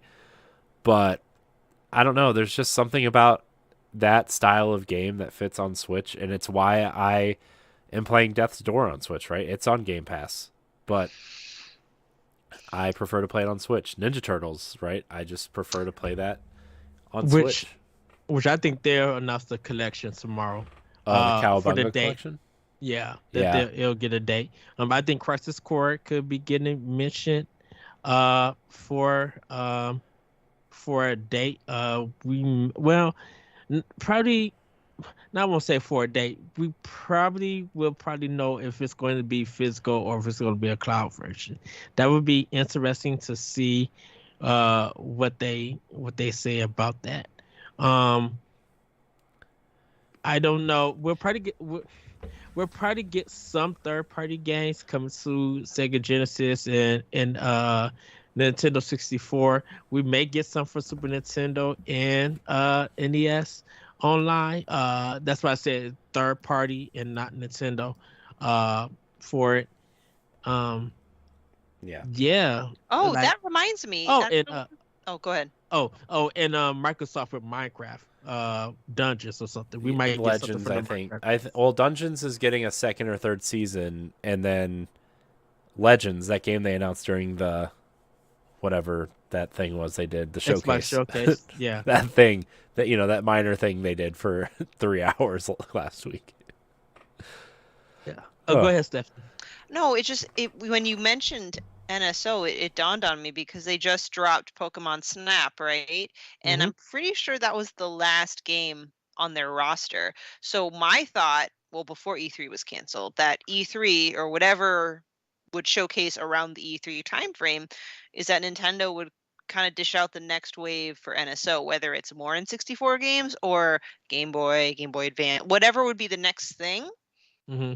they'd introduce. Yeah. I mean, maybe they will be just not maybe through a tweet, which would be anticlimactic, but they're going to be due in a month. Hmm. Yeah, I don't know if there's gonna be any DLC for some games. Like besides Monster Hunter, they Sunbreak they may do like a final push to let everybody know that it's Yeah. coming out, and that might be like in a montage or something. Normally Yeah. they'll do that. Well, And I bet then they their open. big I game. bet they open with Monster Hunter. That's pretty close, and that's pretty relevant to the Switch, right? I think they Mhm. open with Monster Hunter. Yeah. I think NBA, 2K, their next game probably would be shown. Yeah. And with a date and stuff. Um, yeah, and maybe I Panic Button. I wonder if they're doing anything to port to Switch. I mean, the rumor was a Fallout something or other, like a Fallout 3 collection or a New Vegas to Switch as well. So that could be something they could be doing, or Well, I hope they blow us away with third party because as much Mhm. as the massive fan base really wanted that first party give us everything that we're getting, it's important that Nintendo can show that they can support third party on the why Switch. Like why that, are they need to do that. why are people not happy with the lineup we have first party for the rest of the year? Why are Well, people not happy? We have so many games this year. We've had more games this year than we've had in the last 2 years. are they ever really happy? That Xenoblade, includes. Xenoblade, Splatoon, Pokemon, uh, what just came out? Fire Emblem, Mario plus Rabbids, the rumored Metroid Prime remake. That's But supposed. see, we don't know that. We want to know about Metroid Prime Remake. I We know, but want to know Breath of the Wild 2. there's been 3 leaker or insiders that have been reporting on this Metroid Prime remake, and that 2 and 3 are now also in the works as remasters. And so, I mean, that's not obviously not going to be at the direct tomorrow, right? Because Mhm. it's first party. But I think if you put a position, man, I really wanted a new Fire Emblem game, but I think that that's going to be next year with Zelda and a big first quarter move. But uh, Metroid Prime would be pretty big if they do it right. Oh, and speaking of Zelda, real quick, I'm going to try not to extend this conversation much longer, but Corey, does the fact that this is a third party direct, meaning they probably won't have another big direct till the fall, which will be big, do you think that'll kind of destroy the possibility of any Zelda release of any kind this year? Because Zelda won't be discussed tomorrow. In No, September direct, what are they going to release between September and December? no, I still think we get a first party direct at some point. Yeah. Maybe it's a small one. Maybe it's just like a mini direct, right? Like Yeah, a 15 to 20-minute one. But I still Yeah. think because like we're still going to get a Splatoon centric direct at some point, probably in August, right? We're still going to get a Pokemon direct explaining Violet and Scarlet. We're still going to get these game centric ones. I think people are still interested in other things other than the things that Nintendo has to put out, especially if they have more to put out, like Zelda or Metroid. Well, I think the thing about because I think August Direct for Nintendo is going to happen because Tokyo Game Show will be close by, and I think Nintendo, of course, want to avoid that. I think they want to get everything ready for the fall and then let everybody know what's coming for the winter. Because and sorry Microsoft and Sony, but like still to this day we don't know what their first party plans is. A lot of people are really disappointed with Microsoft because of their game show with the 2022 and 23 and not having no release dates because people can't plan for it. And I'm not saying what I mean, they're they gonna did say play that on Game they Pass. did say that those are all games that are coming. Most of them are coming to Game Pass, And- and almost all of them are coming out in the next 12 months. 12 months, yeah. But I think people want to be like, what am I going to play on the system now and for the rest of the year? I think people just literally want dates and stuff. And the same thing with Sony, and that's why I said I'm not knocking them or anything, but I think people are just like, we invested in these systems and we want to get something out of it. As much as people may get on Switch and or anything, people who haven't invested is getting something out of it. You know, Nintendo is consistently releasing something, or they're promoting something. There's, even if you haven't picked the game up at a point in time, there's still something there whenever you're ready to jump into it. So, you know, Nintendo's not doing the N64 thing where it's 2 games and then 4 or 6 months later more games come out. No, they've been trying to and this is just for first party, I'm saying. I think they really want to keep a consistent role of giving you great quality in games. And yes, they know that there is a lot of delays, but Nintendo has other companies, and that's why they're working with Way4 and Mercury Steam and all these indie games to put something out for them to publish. Because while their in-house stuff is getting done, they can have another party outside of them be able to work on the game and then get it out and fill in that gap for what's missing. You know, they got a good relationship with Platinum and Sega. They got a good relationship with Koei Tecmo and a good relationship with Bandai Namco. And those 3 companies are helping Nintendo put out product. Yeah. You know, so I think that consistent role is what I guess people, I know there's expectations, but I'm just like, hey, there's a consistent role of games. So you can't say that Nintendo don't have, first party wise, don't have nothing coming out when there's a consistency there. Yeah.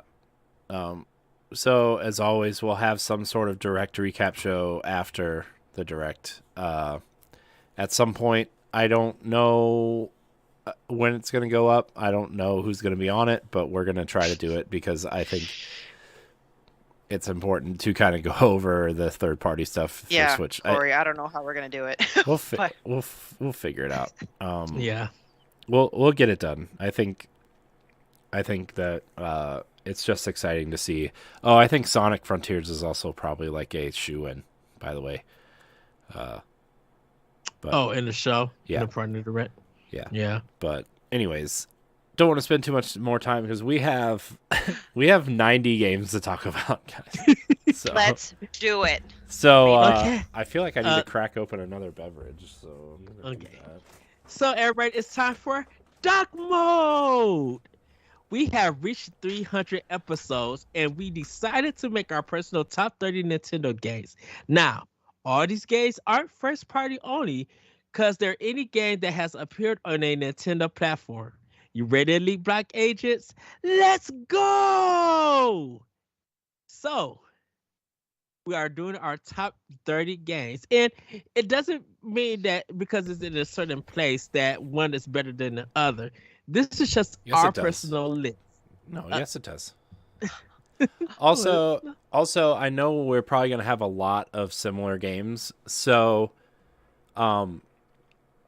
like, if you know, say I talk about, you know, some game A and you guys both have game A on your list, let's just have the group conversation. And then when we get to it on your list, we'll just, you know, you'll say, oh, game A is at number 18 on my list, and we'll just skip past it, right? Like, I don't want to, like, have 3 separate conversations about the same game. Okay. So, Fair enough. Totally fair.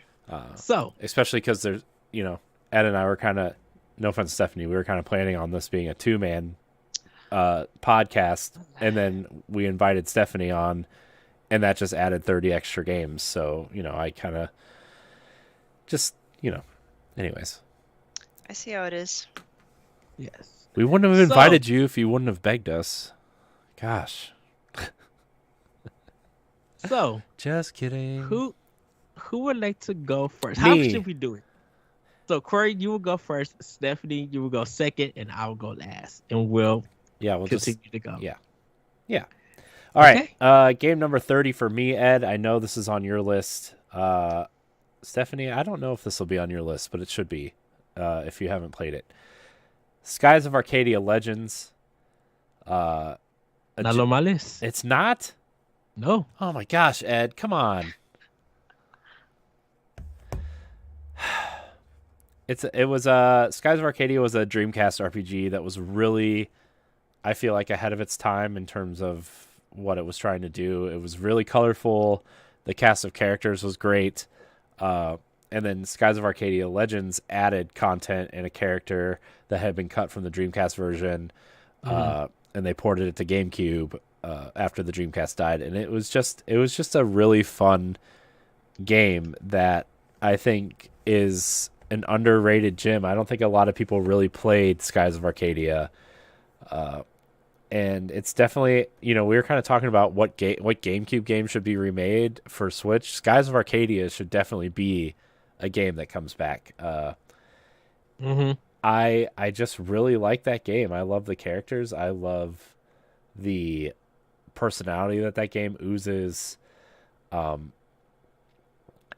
Vice or Vice, I think it's Vice, is, he's just a interesting kind of protagonist that you kind of go on the story with, and I just really like Skies of Arcadia, and I am shocked this isn't on your list. I think when we was talking about if Sega came out with a new console, definitely because they own Atlas would make a killer Skies of Arcadia remake. Yeah. Or sequel. It's not on my list. I did have it for GameCube. I did play it. I did enjoy it. I think it didn't make my list because of those ship battles. I didn't understand them and I didn't enjoy them. But like the battling system and everything else, I enjoyed. It's just that when you had to fight the ships, like that the 1v1 ship battles, I just did not like. Yeah. I do want to say the Dreamcast box art is superior to the GameCube box art. Just going to throw that out there. I always thought they was the same. Nope. Definitely not. Anyways, that's game number 30 for me. So, Stephanie, what's your 30th game? My 30th game will start with an oldie, Killer Instinct Gold. Ooh, interesting. Because I am not a big fighter game player just because I'm horrible at it. I'm a button masher. But it does give me good memories about just the arcade games, because sometimes if you button mash, you win back in the day. It depends on the game, right? And I don't always succeed with the combos, but the combos were big in that game, and the finishing moves. And I don't know why I like this better than Mortal Kombat back then, like the equivalent. I forgot what number Mortal Kombat was on when this came out. Maybe it's because I'm biased to Rare games. I love playing as Orchid, I believe, and just a lot of nostalgia playing with my cousins. So starting off with an N64 game, Killer Instinct Gold, number 30. See, Corey, I kept it short and sweet. Why are you looking at me? I'm just hanging out. Well, my number 30 starts off with Super Mario Land 2, the 6 golden coins. Love the gameplay, love the music, love the design is bunkers. It just was a great, fantastic game that I don't think that needs to change or anything. I really enjoyed that game, and I love the power of Mario having a hat with the wings on it, and you have to hit the A button to slow him down and everything. And just like it was very like the level design, like you go into like Owl's house and stuff and everything, and like the list, it was just so good. And you, instead of collecting stars or anything, you collected these 6 gold coins and everything. Like it was so much fun. It really knocked out Super Mario Land, because you see how basic Super Mario Land looks on the Game Boy, and then you see that because of the 16-bit Super Mario World, they took that style and that look and made it into the the Game Boy for 6 golden coins. Yeah. So that one is my number 30, and I would love to see that game remade for Switch. I mean, I think you're going to see those. I think this year you're going to see the Game Boy collection come, and that's going to be one of the premier titles. I don't see not having Game Boy coming. But anyways, my number 29 game, not much to say about this game except that it's really fun, and it's really my first experience with this franchise later on the Game Boy Advance was the original Metroid. super cool game, really atmospheric. The music was cool. Going left is obviously like a big kind of, you need to go left to go right type thing. Great game. I think that game is underrated and overshadowed by stuff like Super Metroid and Fusion and even Zero Mission. I know Zero Mission is kind of a remake of the first game, but like I think that first game is super charming and hard in a way that feels challenging, but not in a way that feels unfair. It's just a fun, great game, and if you want to play it on the NES Nintendo Switch Online package, it is a fun one. Dated but fun. I'm still trying to beat that game. Well, Ed, you're just not as great at retro games as I am. I don't know. Are you saying that at that retro code, really? Mm-hmm. Them fighting words. Well, I won't know because I won't say it because there's something that happened in Super Mario Brothers 3 that kills me. Look, and I would okay, the Switch controller is not made for NES games, okay? That was a time of our lives. There was such a delay, and the wrong button jumps. Okay. You know what, Stephanie? What's your 29 game? Look. God, 7 years with this guy. I'm sorry, I can't talk. I just am enjoying. I'm just getting pure joy watching Ed laugh. At my expense. Thanks. Yes, even more so. That makes it doubly enjoyable. Well, shoot, when I died in the game, he would do the clap feature in the NES Online. I did. It's funny though. This is where you guys need to stream or something. I want to see it. We will. And laugh along. We're gonna get there at some point. I think we still have the Legend of Zelda Super Metroid. I know, but those videos are so broken because we didn't know what we were doing. Yeah. All right, 29. This is a non-Nintendo IP. I don't know why I struggled with that, but it is from one of my favorite developers / publishers that is not Nintendo, Annapurna, and it's Donut County. Ooh. And I'm shocked this made my list. But the more I thought, because it's a short game, it's simple, it's easy, but it's very enjoyable. You can play it piecemeal. It's something to pass the time by. The music great, and it's really freaking funny. That raccoon. Yeah. He says the funniest stuff. I took so many screenshots, and there's always that logo, have a garbage day. I want a t-shirt that says have a garbage day. That's fantastic. Or business card so I can just hand it out. Hi, I'm Steph. Have a garbage day. But there's I have it on PS4 and I am 30. I need to finish it on there, but yeah, Donut County is funny. Yeah. Good. And like I normally go for like really story-rich, heavy, long video games, but sometimes you need a good palate cleanser, and I just think Donut County is just very excellent quality, and that's why it's made my top 30. Okay. Nice. So my number 29 is TMNT Turtles in Time. Too low for the Super Nintendo. It's on my list as well. That I have it at. Man, hold on. I gotta see. I have Turtles in Time at number 7 on my list. Wow. Me and Corey have talked this game to death, so everybody know how we feel about it. It was one of my comfort games. I have beat it on every mode. For difficulty, I have beat it in with every character and their comic version of this game. Yep. Like I was playing Turtles in Time when I got my Super Nintendo and I got Turtles in Time for it because I got it for Christmas. When I got that game, I played it almost every day in different ways and stuff. Like even with Michelangelo, I played that game with. But Donatello would usually be the first one that I go to because of his long reach and how powerful he was. Yeah. But Raphael became my fave in that game because it was easy to throw people because he was so quick. Yeah. And everything. And it was like the comfort game after school for me. So yeah, TMNT Turtles in Time Um, the best Turtles game, probably. Yeah, no, it is Uh, the best Turtles game. Yeah. I would say Hyperstone Heist is a 1B, but nobody played Hyperstone Heist except for me, apparently. I So did too. no, I mean, but nobody talks about Hyperstone Heist the way they talk about Turtles in Time, Turtles in Time. which is fine, right? Like I think Turtles in Time is superior, but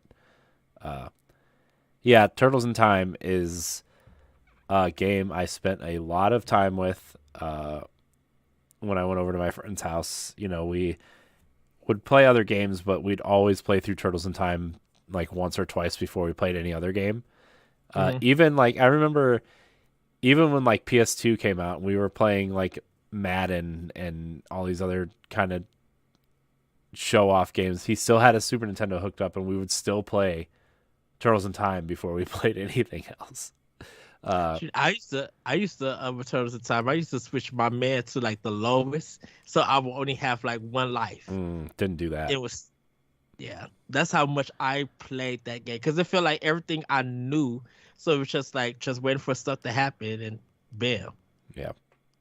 But yeah, Turtles in Time is number 7 on my list. I think the games in my top 10 are going to be my forever games, I don't see my list really changing out of my top 10. But yeah, I thought about putting Turtles in Time higher, actually. It was close. I had it floating between 4 and 7 for a while. And ultimately I put it at 7. But so number 28 for me is Super Mario Bros. 3. Played that game a lot growing up. When I had an NES, I only had the Mario games and the Ninja Turtles games, and like Donkey Kong Jr. and the really unnecessarily racist Tom Sawyer Adventures of Tom Sawyer Oh goodness, and Huckleberry Finn, which was like a terrible ripoff of an already bad game, Bayou Billy, but with a little extra racism in it. I'm not gonna repeat the words, but there is an indigenous person in there and a black person in there, and that's all you need to know. Exactly. Boy, what a terrible game. But yeah, I mean, Super Mario Brothers 3. I remember seeing it. I know everybody saw it in The Wizard, right, for the first time, but the first time I saw it was in Three Ninjas. And I thought, what is that? Because I had been playing Mario 2 forever. And Mario 3 was awesome. The raccoon suit, obviously one of the most iconic suits in Mario history. The boot, where you could go across like the black piranha plants or whatever. The frog suit, right? There's so many great suits in that game. There's so many great levels in that game. The bosses are fun. The airship's iconic, right? And Yes. the final fight with Bowser is just really ridiculous and fun and just really stupid because he's like ground pounding, and spoilers, I guess, for Mario 3, but like you don't actually hit Bowser, you just dodge him and he'll like butt stomp, and you have to get him to butt stomp through the floor to kill himself. Ouchie. Yeah. And yeah, man, that game is special. Mario 3 is an all-time classic game. I don't care what anybody says. I actually think it's better than Super Mario World. I know there's a discussion. I think I'm a little bit biased because I never really had a Super Nintendo, right? But Mario 3, all-time classic. The warp whistles, right? The just so many cool things. So that's my number 28. Anybody else have Mario 3 on their list? Good pick. No, not for me. What? It's the first. Yeah, it's What? the first game that I got from Suncoast. Oh, Ed, you're killing Super me. Mario Bros. 3 is not on it. Why? Corey, if it's any consolation, Super Mario World is on it, and I was between that and Super Mario 3. That's Or fair. Mario 3, sorry. I think because I'm just surprised, Ed. I thought this game was going to be, or this list was going to be full of Mario games for Ed. That's all. No. I literally had to take a lot of that off because half of my list was Mario and The Legend of Zelda and Metroid. Yeah. You know, I had to take stuff off because I'm just like, I got to take this off. I know it's gonna hurt, but it is what it is. My I- top 5 is embarrassing. Uh, Wind Waker, Well- Twilight Princess, Ocarina of Time. Stop of the giving it Wild. away. Well, Stephanie, what is your number 28? My 28 is Donkey Kong Country. So another Super Nintendo game. I didn't own it, but I got to play it a lot, and that was my first introduction to Donkey Kong. And at that time, I just really, really loved that IP and set me up for my love for Donkey Kong 64, which might make an appearance later. Another rare game, and I love, playing, Donkey Kong, Diddy Kong. Diddy Kong was my favorite. And I just feel like they had a lot of really great levels, and, King K. Rool's one of my favorite, baddies of Nintendo. So I don't know if this really made anyone's list. It's, it's more of a nostalgia thing for me. Not my list. So. It's also not on my list. Although I did have some really fond times of Donkey Kong Country.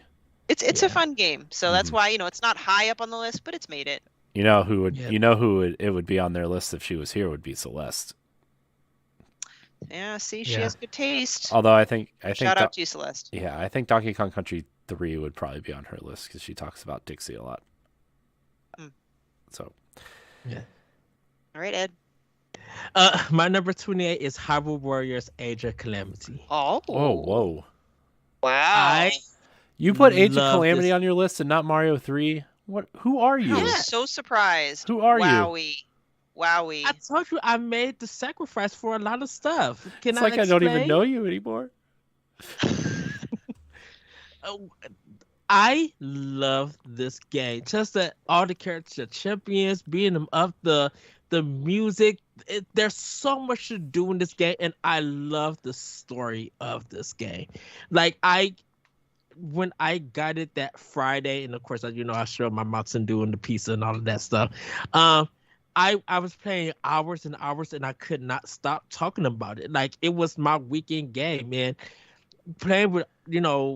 Playing this Musu game, because I love Hyrule Warriors. I love that one on Wii U. But rock music is amazing with the soundtrack, and this one it was just beating enemies up, and just the physics and with these characters. I couldn't stop gabbing about this game, and I couldn't stop playing it. And it was our Pow Block Game of the Year when it came out, for that episode. And yes, I'm going to be shady to Cyberpunk. I'm lucky that game got moved before Hyrule Warriors came out, because that game would have got clowned and Hyrule Warriors with the Trump. I mean, technically, Cyberpunk didn't even really come out until like 2 months ago. Let's be honest. It is true. And I played the Xbox One version when it came out. Same as I mean, if you wanted to play the real version of Cyberpunk, you had to have Stadia. And really, I mean, so that's the only game for Stadia that is worth to have. Is it? But yeah, Evie, there's 4 other platforms you could have Cyberpunk on. You really want to waste it on Stadia? I've been talking about at the time it came out.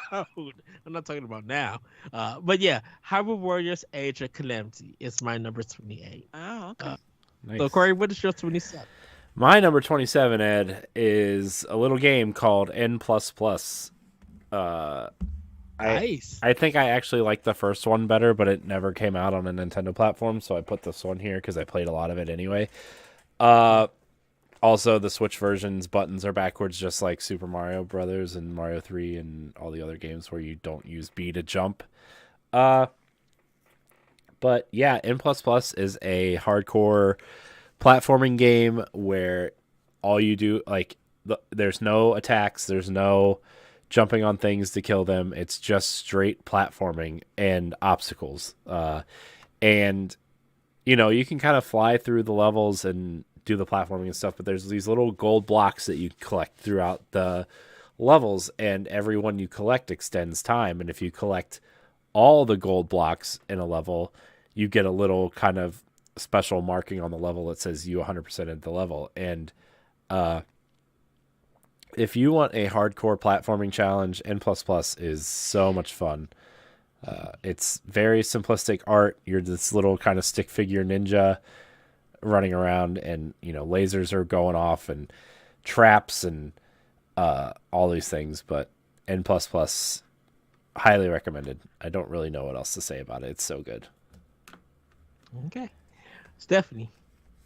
Next one. I've spoken about it before on a podcast episode that will come out later, but it is Rampage on the N64. Nice. Say what you will about the game, but there's just something at my age that was very satisfying about just destroying a city.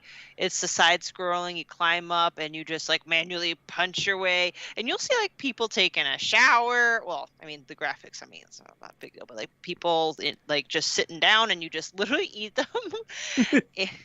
And I think like, if you get attacked and you take enough damage, I think you turn back into your naked human self before you got transformed into your monster form. And my favorite was, I think there's George, Lizzie, and Ralph. And Ralph was the like wolf guy, and he was my favorite. I would always play as Ralph. Just love that game, love the memories. Anytime I go to like an old school, not an arcade, but it's these places where it's a bunch of TVs and every TV has like a system or console set up there, and you can like sift through old games. I'll go play Rampage. So I've never seen the movie. I don't want to see the movie. You should. It's really good. It's really fun. It's actually an okay watch. It's not like amazing, but if you want to watch stuff blow up and giant monsters fight each other, well, maybe. and The Rock. It's a good popcorn movie. Yeah, I mean, I liked it, but also I'm not the person to go to for good movies, so you can take with that what you will, I guess. But Rampage has made my list. Back in the Blockbuster days, that would be the game that I would always rent. Even though one time, I again told the story in a different podcast episode, but for those who haven't heard it, my dad brought home Turok instead of Rampage one day. Ooh. Ouch. Yeah, so anyway, that's my next one, 27. Nice. Okay. My number 27 is Rhyme. And this indie game, when I finished it, I put the controller down. It's one of the games that left me speechless. And I played this on PS4, and I know it came to Switch later on, and they had to do some updates. But the music, the emotions, that final piece with just a piano accompaniment to it, like it really left me just like I'm. Why has this game done this to me? Like, it was sad. I understand this. I understand the story. I think it's probably one of my first PS4 games of all time, and I think it. If it didn't come out the year where Titanfall 2 came out, I think it got Game of the Year for me when it came out, because I did a quick review for this, and I didn't put it on Boss Rush. I kind of wrote it on Facebook, and I was just mesmerized by this whole experience. It's one of the games that I could go back and replay and see stuff that I missed, but it's one of those games that I want to just. If I decide to go back, I'll go back to it and see if I still have that feeling. But I just feel like it was a perfect game when it came out. There were some problems here and there, but Rhyme it's a game that I feel like people need to experience. And if it was at the time where everybody was talking about narrative in games, and everything, and I know how people were big about narrative in God of War, I'm like, you need to play Rhyme then. If y'all just finding out what narrative is, you need to play Rhyme. And definitely if you're a dad, you need to play Rhyme, because it's just a roller coaster of emotions, but it's so good. It really is so good. Yeah. I remember you and Jesse talking about that game a lot. Yeah, I have a discussion about it on Optional Opinion about this game, because, like I said, it left me speechless. And I was so happy that I got to play it on PS4. I didn't get to play it on Switch, but knowing that it came to it, it allowed me to put it on my list.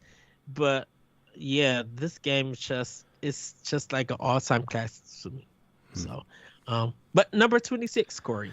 My number 26 is Super Meat Boy. Another hardcore platformer. Not really much to say about it. It's just really fun, really quirky. I love the you die, you restart right away type of thing. And my favorite thing about the game is that when you die, the replay shows all of your Meat Boys running through the stage, and every time one dies, like, it'll show the death. But sometimes you'll have, like, if you do really well, there'll be like 2 or 3 Meat Boys. But if you are really bad at a stage, it'll have like 30 or 40 Meat Boys running through the stage and just dying. It's super fun. I highly recommend it if you are into hardcore kind of challenging platformers. Cool art style, great soundtrack, funny boss. It's super cool. So Super Meat Boy is my next game. Yes. Stephanie, number 26. All right, Paxels, join me for the rest of the count. Number 26 is Pokemon Snap, and I mean N64 Pokemon Snap. 2 things. It's just a good game. It was a very, it was a fresh twist on the Pokemon franchise at that time. And I have not played the new Pokemon Snap, but I already could tell from what I heard about it that the original is better, because you can do so many different things to get different reactions out of the Pokemon, like throw food and throw, I don't know if it was like some stink bomb or something. I forgot off the top of my head what you can do. I don't know. I don't think it's as varied in the new one. So anyway, I just love Pokemon Snap. And again, I do have a personal tie with it. Oh, my cat is drooling on me again. It stinks. I used to go to Vermont every summer because my dad did triathlons up there, and we'd stay at this inn. And at that inn, the owner had a daughter who was my age, so I had someone to play with. And they had an N64, and she had Pokemon Snap. So every summer, I associated with, I'm going to Vermont to play Pokemon Snap with my friend. So, all right. Yeah, Pokemon's a great franchise. It's going to make a couple more appearances, and I just think Pokemon Snap is a nice change up in for them. Yeah. Well, my number 26 is NBA Jam for Super Nintendo. Ooh, NBA Jam. Good pick. Yes. Me and my brother rented this game from Blockbuster. We loved the arcade. But we got to play it as Bill Clinton. There was some white boy like that you would find. Like, he was hitting threes, and you would get like, after your 3 shots, you would be on fire, and he was easier to use. We played that for a whole weekend, and just had a ball. First time that we stayed over my grandma's house to play this game. But yeah, NBA Jam for Super Nintendo was the basketball games when it came out. And even if you had the Sega Genesis version, it was literally fun to play. So yeah, number 26, NBA Jam. And yes, there are some more sports games on my list. But yeah, NBA Jam, that was my game. Interesting. Speaking of sports games, Ed, my number 25 game, it's actually 2 games, but they're essentially the same game. SSX Tricky and SSX 3 on the GameCube. Man, SSX was like the game I think everybody wanted 1080 and cool borders to be, right? It was just this over-the-top snowboarding racing game with tricks and cool characters and fun boards, and the goal was to have like as many ridiculous tricks as possible to get the boost. And man, SSX is so cool. I want a new one, but like, I know they made it for made a reboot for 360, but I want like I would love an HD remaster of those first 3 games. Like, it would be so cool. I mean, I guess you could throw On Tour in there too, but man, SSX Ridiculous Snowboarding is so good, so fun. So yeah, that's my pick. Awesome. All right. Next Definitely. for me, shocker. I probably should have balanced my list out better. Another rare game, and that's Jet Force Gemini. Yes. That was my introduction to like your sci-fi game. I mean, like compared to nowadays that comes out, like it's obviously this pales in comparison. But hey, Jet Force Gemini was one of my base games for N64 that I got. I love that you could rotate between the three characters because each character had like a different ability. I think the guy could like walk through lava or something or fire, and the girl could swim underwater, and the dog could like hover for a couple seconds, and you have to rescue those cute little teddy bear aliens. Which, by the way, that was the first game that kind of made it difficult because you could accidentally kill them. You could shoot them if you're just going crazy, just blasting all these bug enemies. You could also be blowing the head off of an adorable teddy bear creature that you're supposed to save. I enjoyed all the different planets. Everything was really diverse, and I loved exploring everything. And again, as I mentioned, the bad guys are like insects or insect robots, and it just gave me so much satisfaction to blow them up and see their green goo everywhere. Yes. Yes. I love that game. Love Jet Force Gemini. Well, my number 25 is Chrono Trigger. Ah. And I remember seeing this in EGM. I remember renting it from Blockbuster. I remember buying this from Toys R Us for the DS. I bought the game for PlayStation 1 and had to turn my system upside down. Plus, it also came with a copy of Final Fantasy V. But Chrono Trigger, I did beat it on the Super Nintendo. I love the time travel mechanics, the new game plus. The boss fights and all the characters and everything, seeing having a main protagonist die and you have a quest to bring him back, or you could go and finish the game without him. Like that was big at the time. Like you never see anything like that in a RPG. And the crazy fact is you had three of the biggest designers come together. You had the creator of Final Fantasy, the creator of Dragon Quest, and Akira Toriyama, who did the art. Those three came together to do Chrono Trigger because Enix and Squaresoft were like they were the two big RPG companies, but they weren't on the same level. They was kind of somewhat competing because Dragon Quest or Dragon Warrior in America had to be released on certain days because of how popular it was and everything, or that was the rumor of it. But to hear that they all came together to make this game, man, it changed JRPGs. Shoot, even today in other mediums of video games, like other genres, you still get new game plus, still to this very day. And it was kind of all thanks to Chrono Trigger for a lot of people. So that's my number 25. Corey, what's your number 24?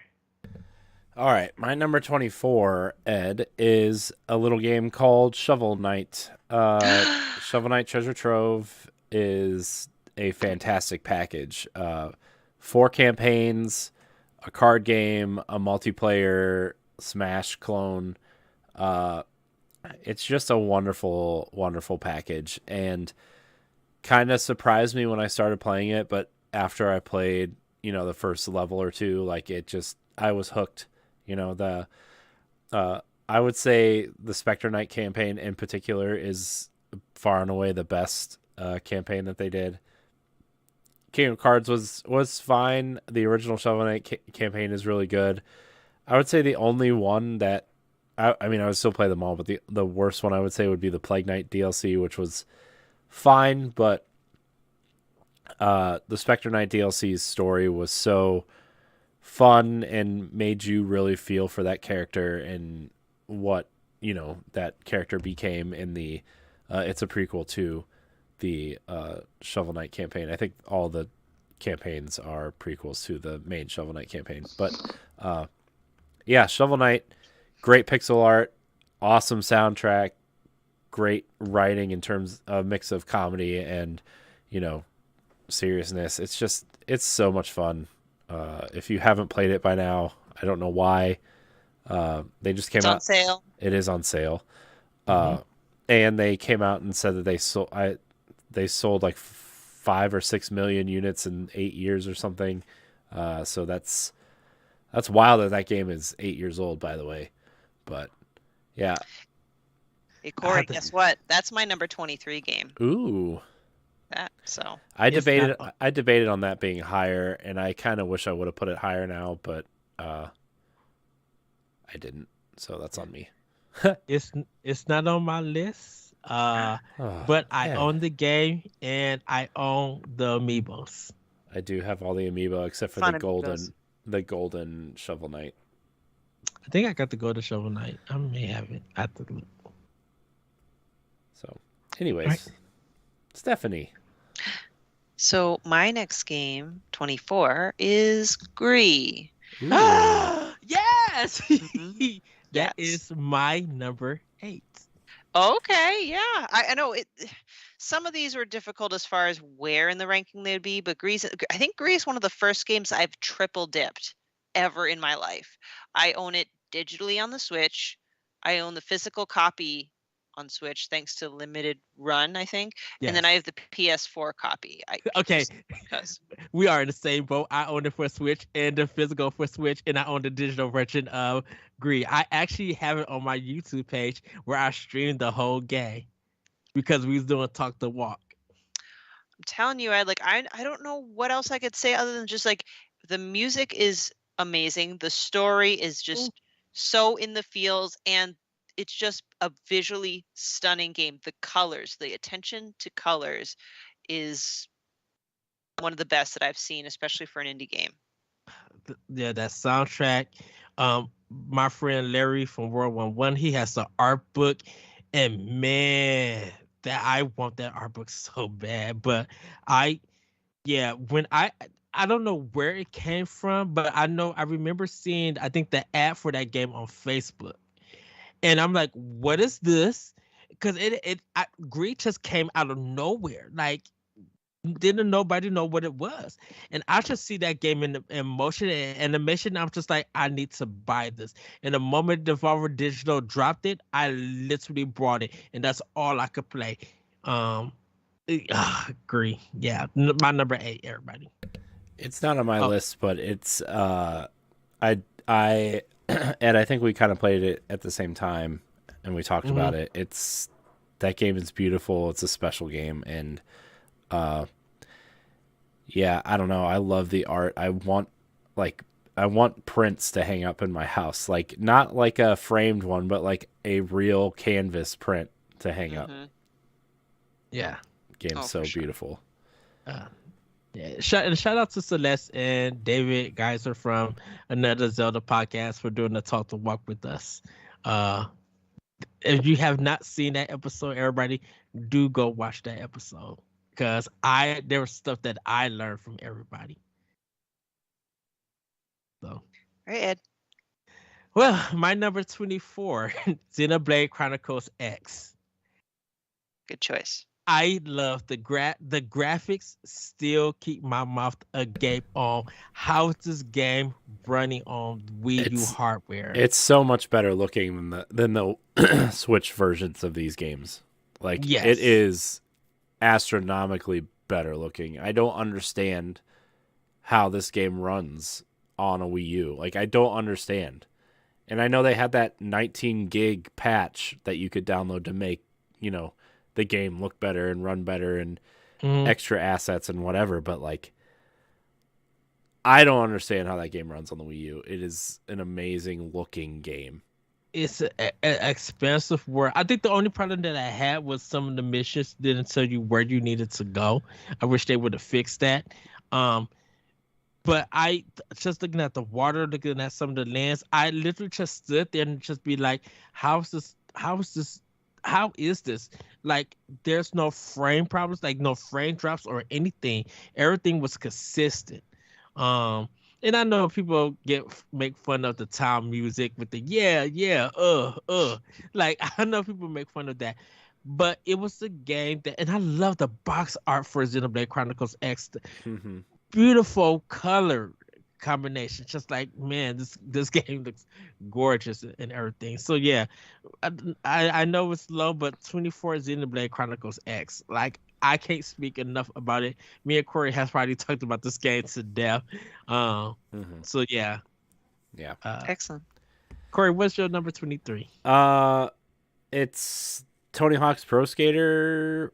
I would say the first 3 games in particular. But if I have to pick one, I guess 2 would be the one that you would pick. I mean, what do I need to say about Tony Hawk's Pro Skater that hasn't been said? You know, I played a lot of it on Nintendo 64. I told this on the upcoming standard definition of it, Nintendo 64, but it was the first time I ever experienced needing a memory card was for Tony Hawk on on that console. And you know, the music and the mechanics and the just, I don't know, it was at a time where that game hit at the right time, and it's just such an amazing game. And the fact that, like, I got to replay 1 and 2, you know, first on Xbox, and I ended up getting it on the Switch as well, just because that game is such a great portable game.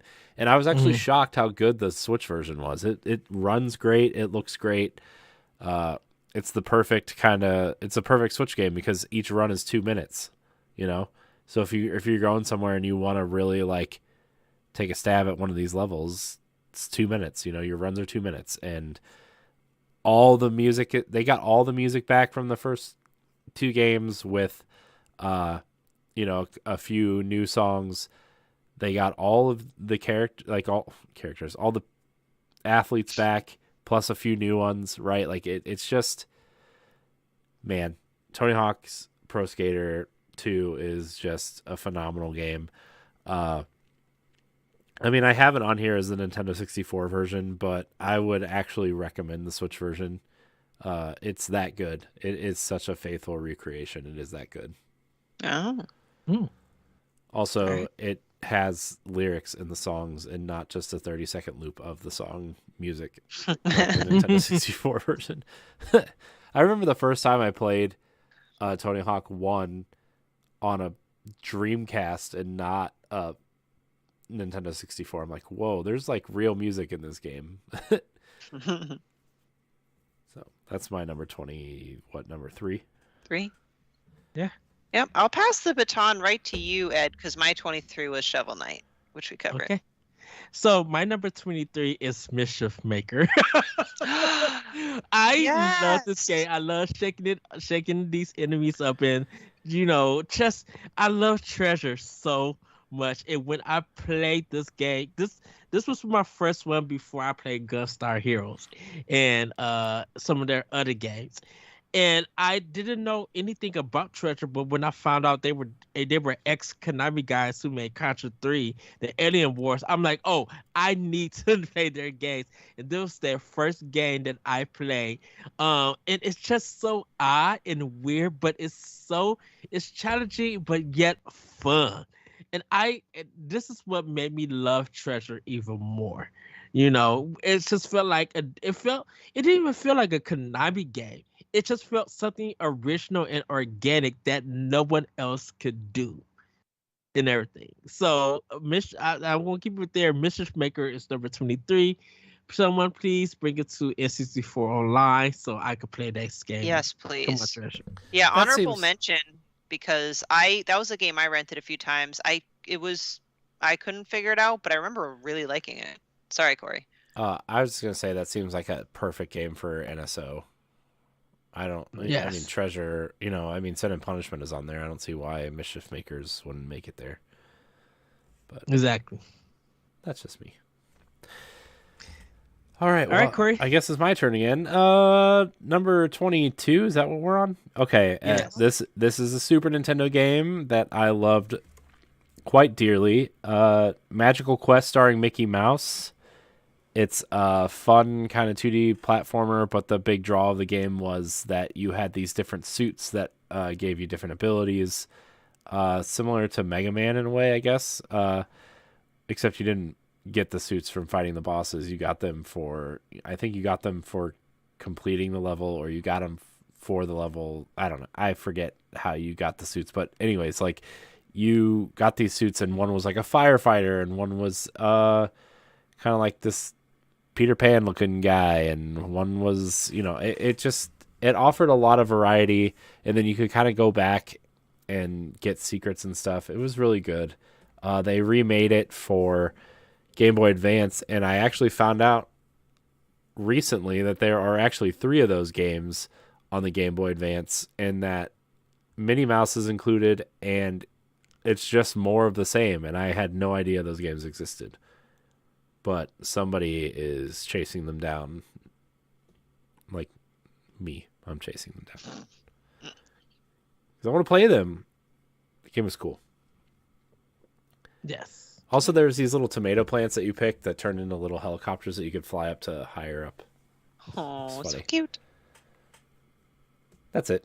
Stephanie, what's your next game? Yeah, I'll be quick on it. Because I know we're really just kind of partially there. Rayman Legends. Ooh. Nice. Yeah, I was kind of juggling between like Rayman, Crash Bandicoot, and Spyro whenever they made it to Switch. But I feel like Rayman just really works well with the Nintendo system, and it's just a great platforming game. It's just a lot of fun.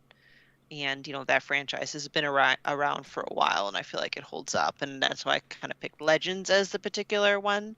So, I mean, I don't have honestly too much to add. It's just something I just genuinely enjoy in a game that I can just play casually on the Switch. The music levels are super cool. Yes, thank you. I almost forgot about that. So I love it. Well, my number 22 is Metroid Dread. Ooh. I love this game. I know it's low because it's kind of still like a new game. But man, that Craig fight, the action in this game, even just the water, that final boss fight, So epic. so epic. And then Samus talks a little bit, and you get more story from the Metroid series. The robots were creepy, like you would really like feel the suspense of trying to get away from them and hide. But it really, and I know there's controversy with David Jaffe and everything, but that's his situation. I have nothing to do with that. This game is literally once again a perfect 10. And I could see Super Metroid being redone in this style. I really feel like Mercury Steam is now kind of the devs to go to for a 2D Metroid game. And Nintendo, if that company think it's about to run out of money, I know somebody invested in them. Nintendo, if you need to save a company and acquire someone, Mercury Steam needs to be that company. Yeah, Ed, that cracked my top 20. Metroid Dread is number 15 for me. It's higher up there because I unfortunately didn't get to experience any of the previous Metroids games I was never exposed to it. So I kind of put it higher up because that's kind of my representation of the Metroid franchise, and I agree. The graphics are stunning. Like it made because I prefer 3D over 2D in general, but it made 2D just extremely fun. The boss battles were epic, and it was hard, but it almost doesn't feel like a 2D game though. That's the thing. Yeah. Yeah. And I don't know. Every section of that planet was very different. It had a theme, and I really liked it. Mm-hmm. Yeah, I also really like it. It might have made my list if I would have finished it, but I haven't finished it yet because I keep getting lost. But the art direction's really awesome. I love the way the game looks. I think this is Samus's coolest costume or armor set, I guess. Costume. The Emmys are scary. I just think that this game is a wonderful game, and it's made me really want to go back and play the other Metroid games. Like I ended up getting Samus Returns for 3DS and plugging in my 3DS just to play it. And I really hope that Fusion and Zero Mission end up coming over. and I just this is a wonderful game. So, yep. Yeah. All right, Corey. What is Oh, your? it's my turn. Yeah, Sorry, what is your, Stephanie was talking. I 21st? just forgot. It was my turn. Okay. Mario Golf Toadstool Tour on the GameCube. It's just a dumb, fun game, but I played a ton of it, and I actually played a lot of the mini golf. It has one of the best mini golf modes that I've ever seen in a video game, and I really miss that in the new Mario Golf game. I don't know. There's just something about that game that had a lot of heart and a lot of depth and a lot of different modes that made it fun. And yeah, I mean, I really don't have anything else really to say. It was, I mean, it's a Mario Golf game, but it was a really fun, quirky Mario Golf game. And the mini golf mode was so cool. I really hope that when NSO brings GameCube games over, that's one of the ones that comes over too. So mini golf. Yeah.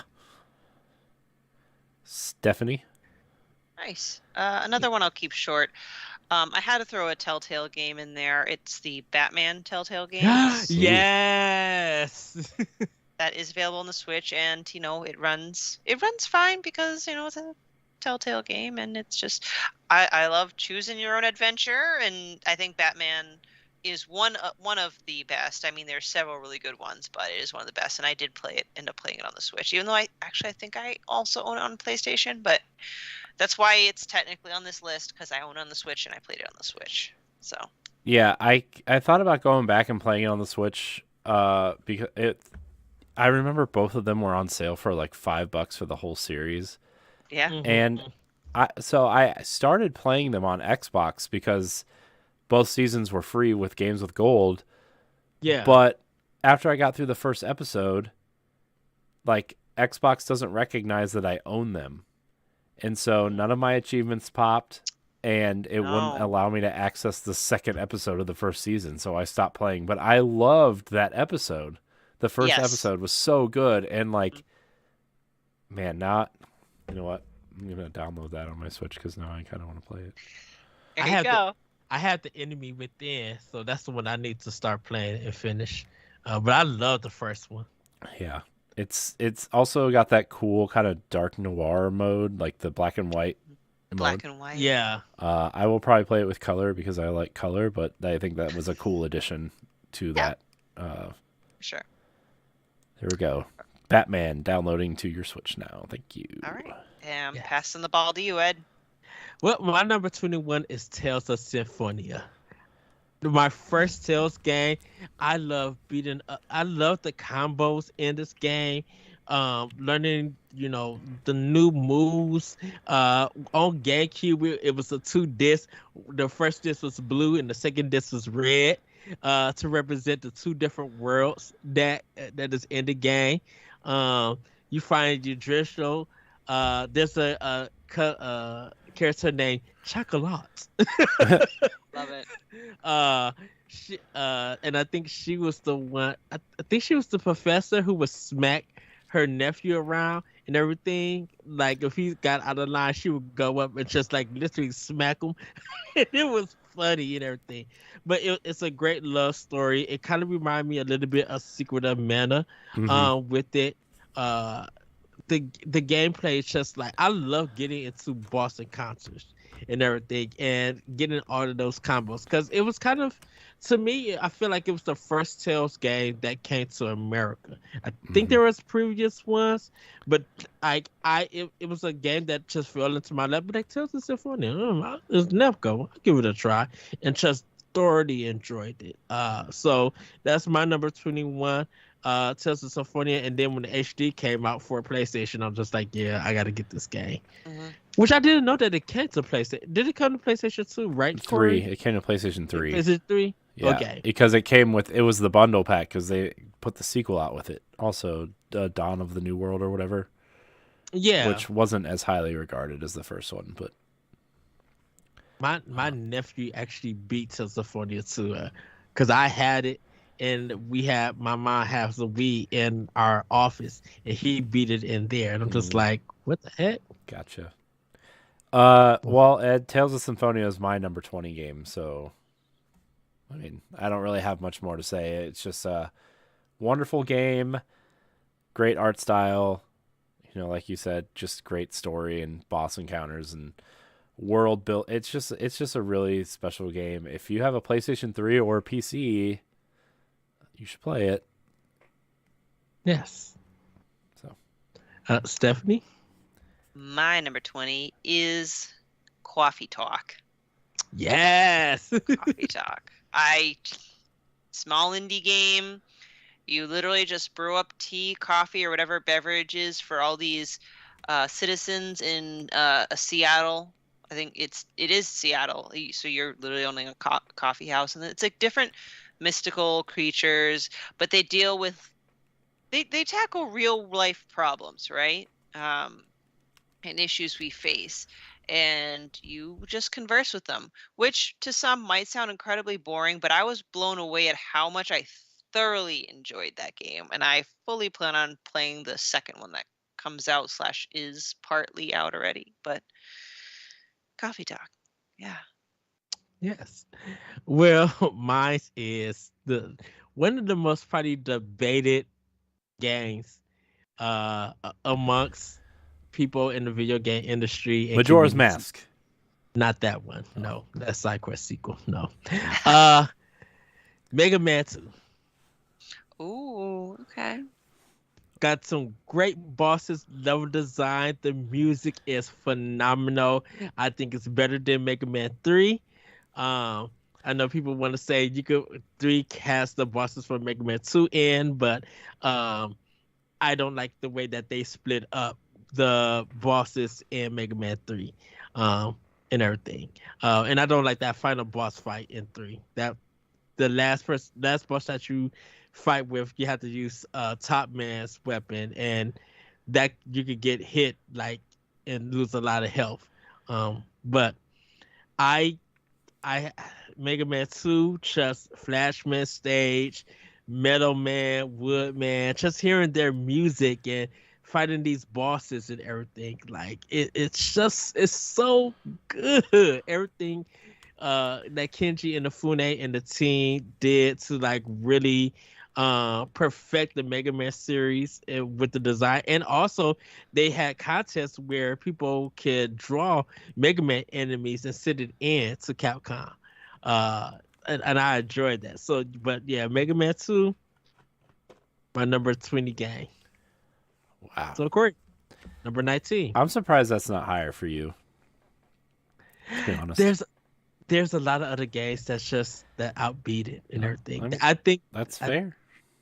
It's literally the only NES game that I have on my list. That's fair.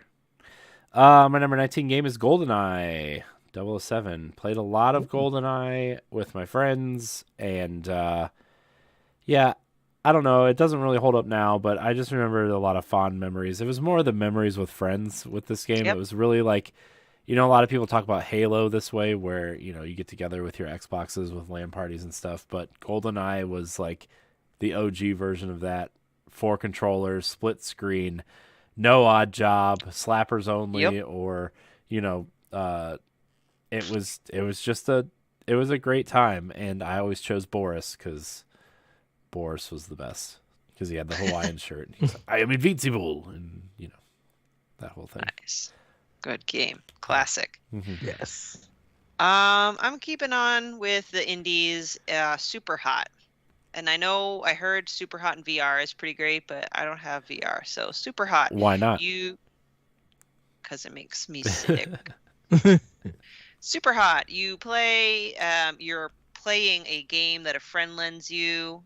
You're playing in VR, and you're killing all these people figures that are in red crystal, very simplistic environment, and it's level by level, and it's a lot of fun because it slows down time, and time only moves when you move. I love that mechanic. It was so much fun, and there's something satisfying about the shattering crystals, and by the end there's this huge twist because it's all about you become the Do you become the game? Are you getting too sucked in till you're part of it? Who knows? So, super hot.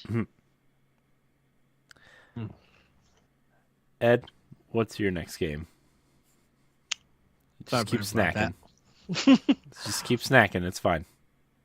My next game, number 19, is Beautiful Joe. Here should I go, baby. From the Capcom 5, part of the Capcom 5, but this was from Clover Studios, the people who ended up leaving Capcom to make Platinum Games, and I love Beautiful Joe. Just being able to use the slow down functionality and the fast forward. It's about a character who's into these old time movies, and his girlfriend Sylvia gets kidnapped, and you have to go in and you transfer it to like a Power Ranger and everything, and you use these different moves to defeat enemies. Like you slow down time, you fast forward, like to catch things on fire or to make multiple versions of yourself. Crazy boss fights. If you had the PlayStation 2 version, you got Dante in the game. But man, I remember playing this game on GameCube, and it was just such a blast playing it and everything. And I love Beautiful Joe, and it's a game that the Nintendo GameCube actually needed, that I needed, because I miss games like this. And it was just so creative, and I love Beautiful Joe too, also. But the first one, it literally was perfect. And this was after Okami Hat came out, so that's why I was just like, oh, I gotta get this game. And I love the box art for Beautiful Joe. So that's my number 19. Nice. My number 18 is Diddy Kong Racing. It was just a very... that game was so much better than Mario Kart 64 in almost every way. The multiple vehicles you could drive, the characters were cool. It was our first look at Banjo and Conquer, right? And it was so much fun, and the adventure mode was super cool. And I just remember the big elephant kind of character was ridiculous. And Diddy Kong Racing is a vastly superior racing game to Mario Kart 64. I don't care what anybody says, and I had so much fun playing it, to the point where when they announced the re-release on DS, I was so excited, except for half the characters weren't in there because they're all owned by Rare. Nintendo tried to put it back out, but yeah, Diddy Kong Racing. I hope that's one of the games they add to NSO, because it's just, oh man, so good. I love it. All right, Stephanie. Next, here we go. Super Smash Brothers, the original for me. Nice. I know Ultimate is, Ultimate, right? But yeah. Maybe I'm just getting old, but I just like the original. It moves at a pace that I can handle. Got a lot of the original stuff. It wasn't too much. Didn't get too complicated. Sometimes things just get, I don't know, overwhelming. And I'm a fan of the OG. And I remember going through and beating Master Hand, and almost memorizing his move sets. It was just a lot of fun. Yeah, I remember the commercials for that original Smash Brothers game. It was just a bunch of people in bad costumes just fighting each other in a field. Yeah, So they was funny. happy, and I think Yoshi tripped Pikachu or something. Or Yeah. Mario tripped them. Yeah, and they was playing so happy together. Yep. And then I was just like, oh wow. Ugh. Pikachu is my main for that, and I kicked butt with Pikachu. Even though I love Link, Pikachu is the best. Pikachu's OP. Pikachu, Yeah. Pika Pika. Pika. My number 18 is Ikaruga. Of course it is. Of course, it has to be on my list. Another treasure game, published by Atari. I love the Polaris system where, if you're white, and you hit enemies who are black, you destroy them quicker because it takes off more energy. But if they're the same color, you still do damage, but you do less. If they shoot the same color as you, you can absorb it to do special. But if you are opposite of that color, your ship gets destroyed. Um, it is challenging. It's just because it's only 5 levels doesn't mean that the game is easy or short. It is very challenging. That game was designed to be played with 2 players. They call it a puzzle up because it is a shoot 'em up, but everything is done almost like a puzzle. You got to figure out what's the best way to get through that game, do these levels without dying, and again a high score. And luckily, like if you play it for a couple of weeks, and you get to unlock a free play mode where you can continue as many times as you can. Because trust me, that helped me beat that game. But it literally is a blast to play with 2 players. And I just love that game. I actually got to play it on the arcade with another person and just thoroughly enjoy it. But when it came out for GameCube, I paid $30 for it. And $30. yeah, and loved it. I actually got it. I think it was a used copy for GameStop. That I got it from in my local mall, and just loved it ever since. So that is my number 18. Nice. So my number 17, not really much to say about this game. Wii Sports. Definitely a game that changed a lot of people's thinking of playing games. Is that on your list, Stephanie? Corey, how are we not the same person? We are. Wii Sports is my number 17. Is it? Oh, man. So I feel like within the next 15, Stephanie, our lists are going to be kind of similar. But yeah, Wii Sports, especially bowling and golf and just tennis, like it's such an iconic game, such a fun game, I mean, we always talk about games like, God of War or Breath of the Wild or Horizon or Halo, right? And they're just like these big mega games that cost millions and millions and millions and millions of dollars to make, and huge worlds that you spend hours in. But like, look how simple Wii Sports is, and I couldn't tell you how much time I spent in Wii Sports because it was just, oh man, what a wonderful game! What a great way to show off what your console can do. Yeah, very innovative, Yeah. and I think it's still one of the best. I mean, 1-2 Switch. I'm glad they came out with Switch Sports, but I just feel like Wii Sports was the ultimate classic. It's just perfectly showcased how innovative the Wii was, whether or not the Wii would be or would not be your favorite console, but perfect.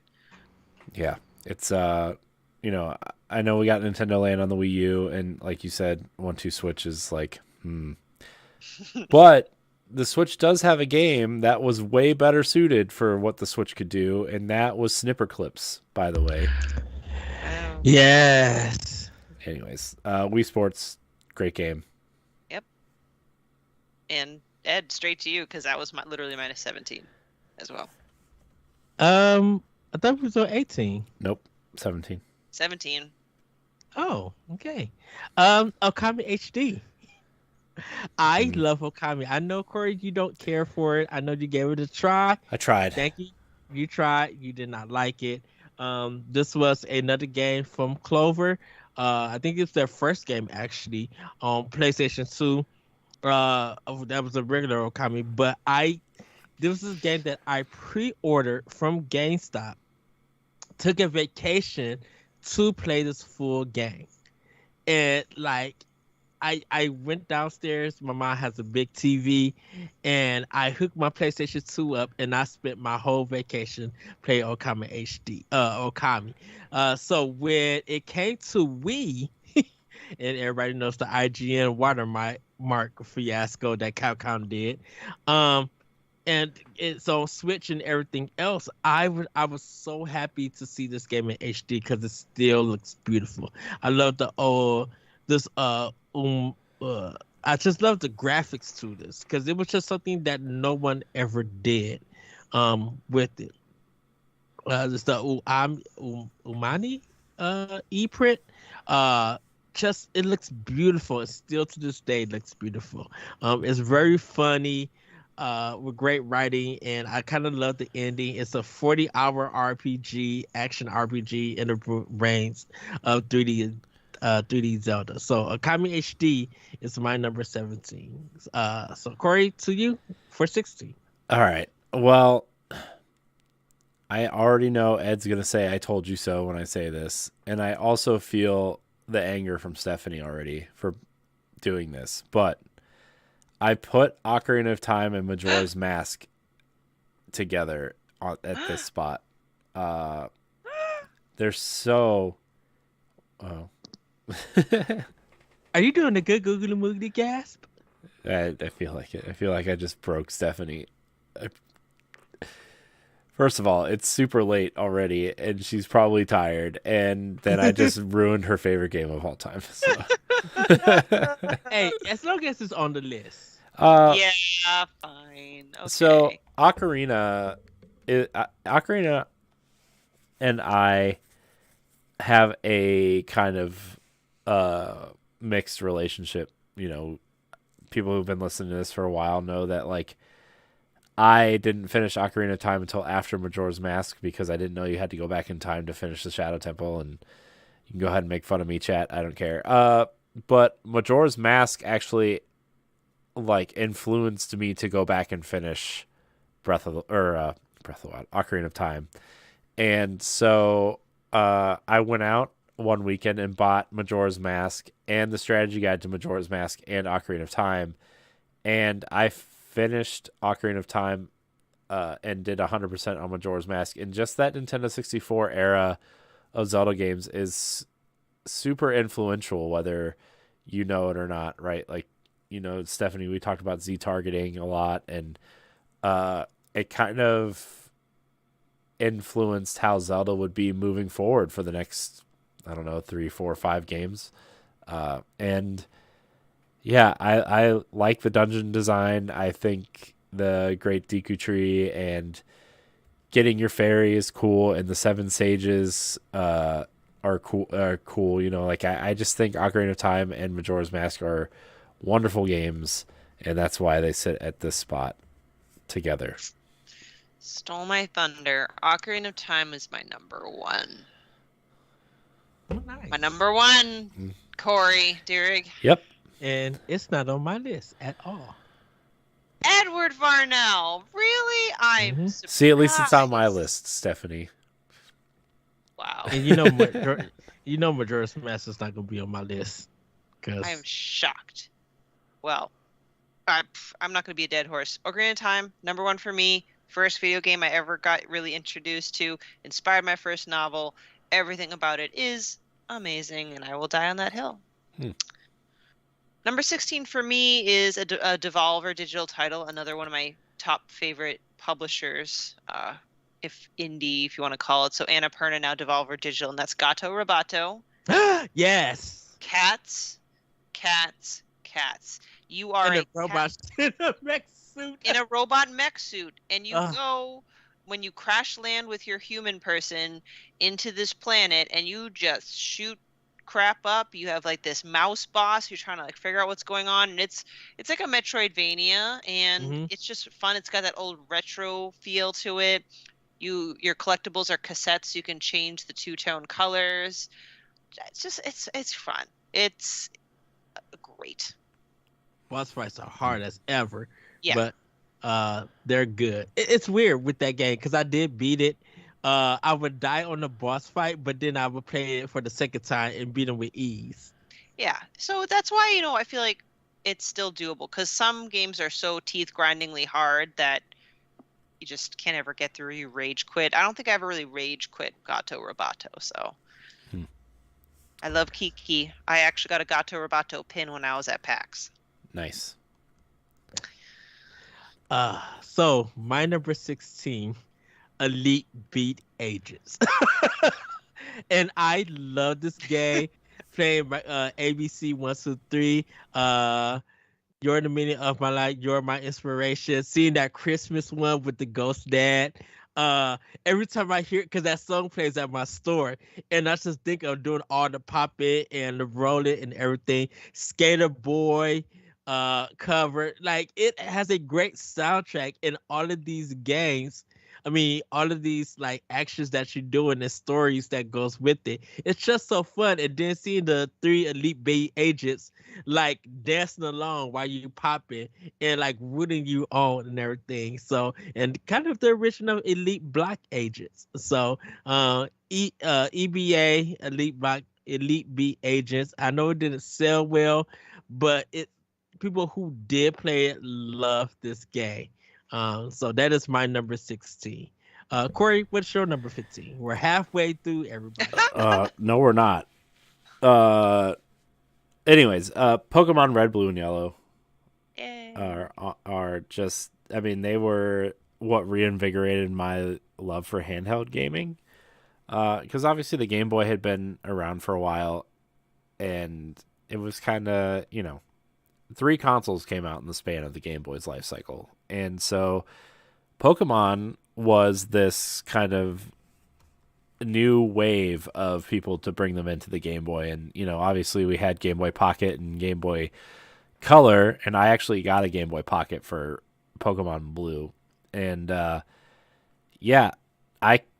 I just fell in love. It was my first RPG, I would say, my first JRPG, and the collection aspect was really,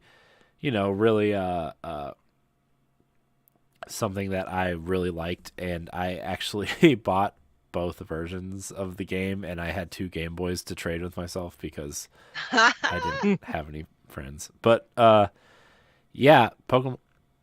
I mean, that's Charmander and Charizard are always going to be my number ones because of that game.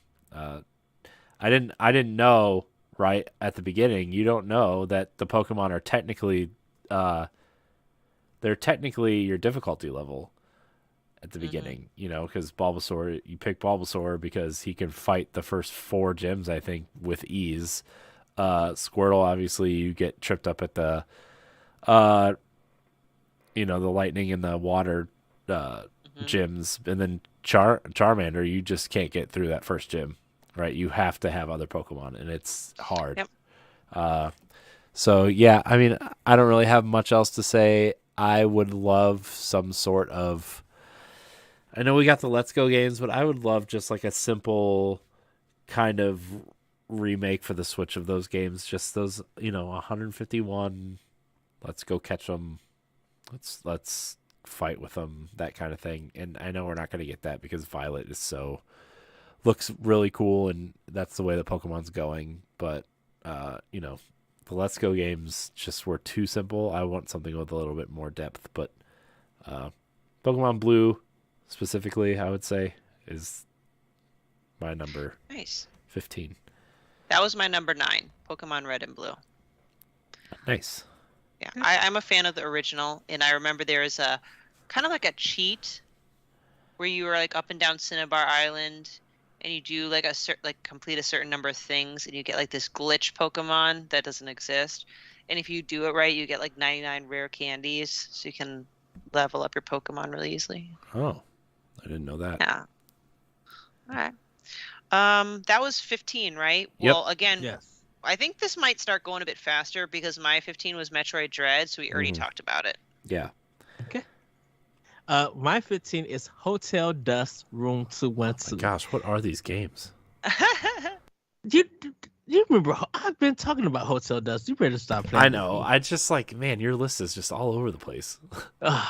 Hotel Dust is a mystery game that you play like a book on the DS. You solve cases. It had this pencil style artwork that you read about and visually look at. It was a mystery game at this hotel. with it, and it's just such a great game. There was a sequel that came out in Europe but never came to America. Nintendo, I really wish that you would have brought it to America. Man, I really wanted to play the sequel to this game.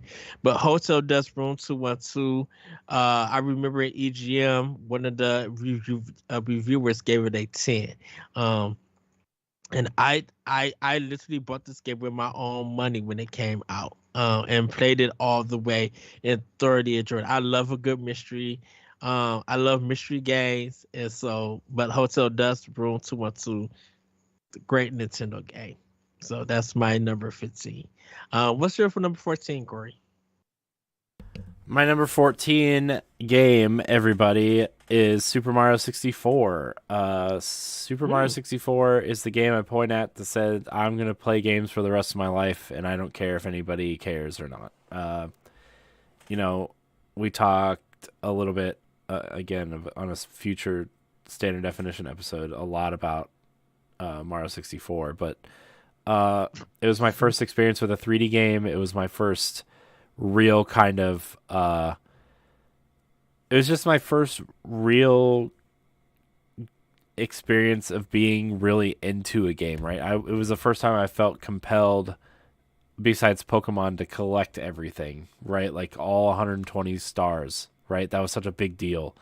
And it was just a mesmerizing kind of super fun experience, and it's still fun to this day, right? I mean, yeah, there's a couple of camera issues, and you're gonna have that with a 30-year-old game at this point, but it's an all-time classic. Mario 64. Bowser looks weird, but other than that, I just remember like King Babam and racing the Koopa to the top of the hill and throwing the penguins off the ice ledge and all that kind of stuff. Is just super fun. And Mario 64. All right, Stephanie. For me, I actually was a fan of Super Mario Galaxy. I know some people, I think that's a little more of a divisive Mario title. I don't know. I just kind of like the setup, like walking around like the planet of each planet. And I like Rosalina. I'm a fan of her.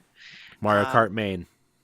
I also was a fan of Wii, and I didn't mind like the Wii controls. I know some people just don't like it, but I was a fan, and therefore Mario Galaxy was kind of my go-to Mario in the franchise.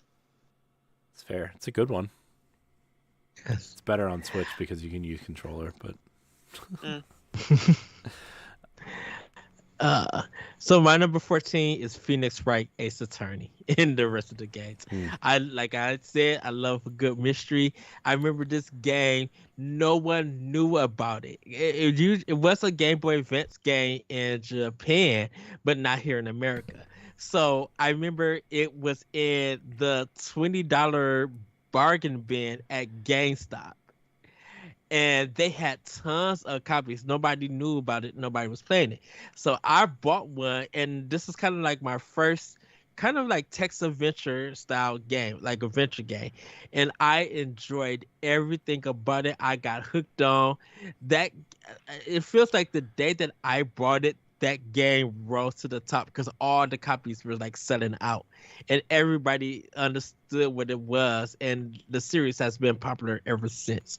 So Phoenix Wright on the DS, my number 14 game.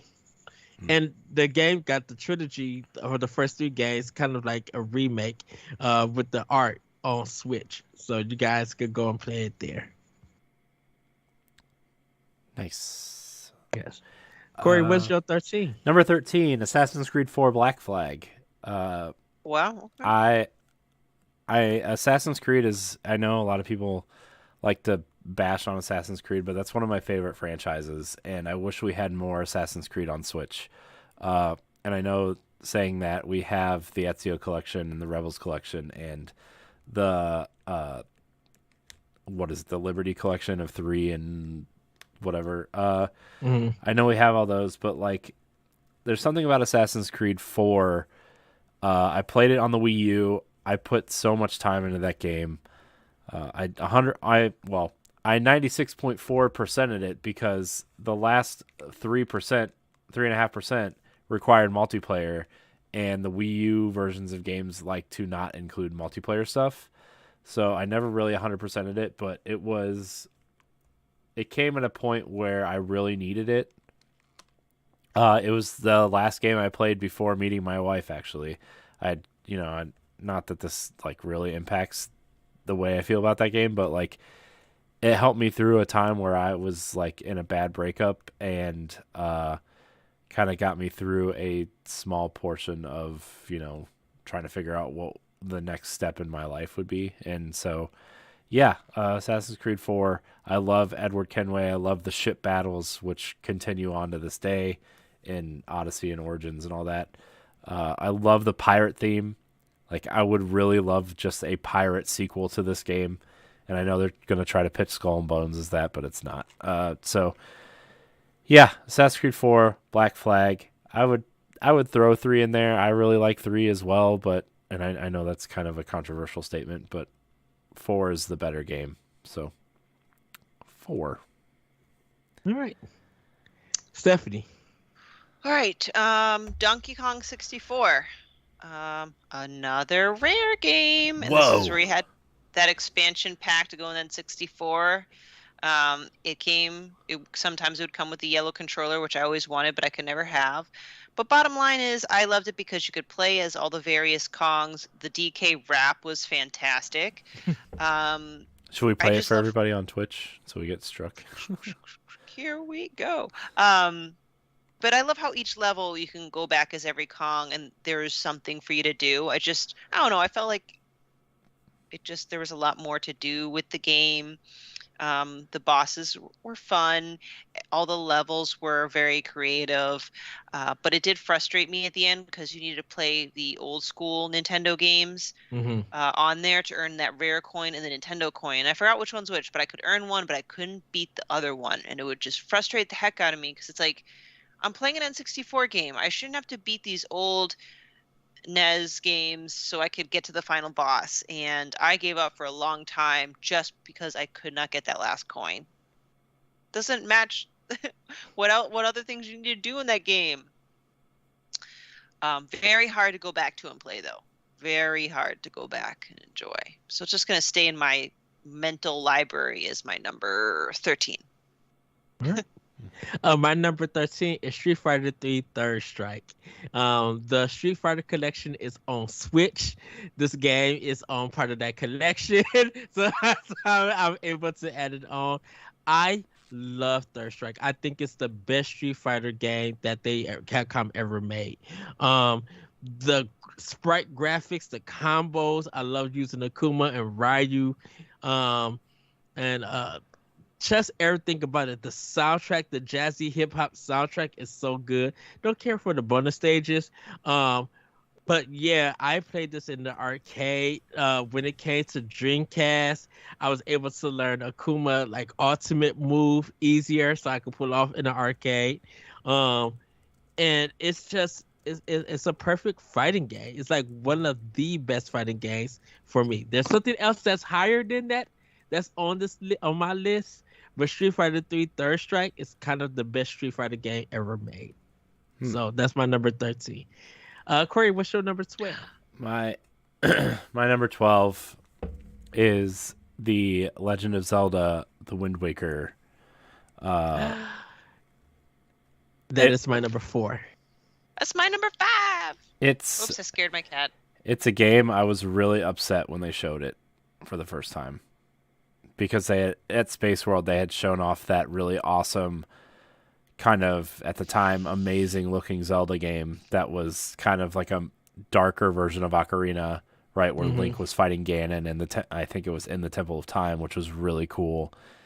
And that's the game we thought we were getting, and then we ended up getting Wind Waker, and I was upset. Like, I wanted a cool adult Zelda game, and especially after playing Ocarina of Majora's Mask, like for this to be the next game in the series, especially when Nintendo was trying, it seemed like they were kind of growing up a little bit with Metroid, like Metroid Prime, and doing different things with like Eternal Darkness and that kind of thing. Like I just thought that this was a step in a different direction, and obviously it's an amazing Zelda game, but and probably the game that aged the best, I would say, in terms of art direction and art style. The Wii U version is just one of the most beautiful games I've ever seen. I hope this game gets ported to Switch at some point, because that game is stuck on 2 consoles that nobody bought, and it's a shame.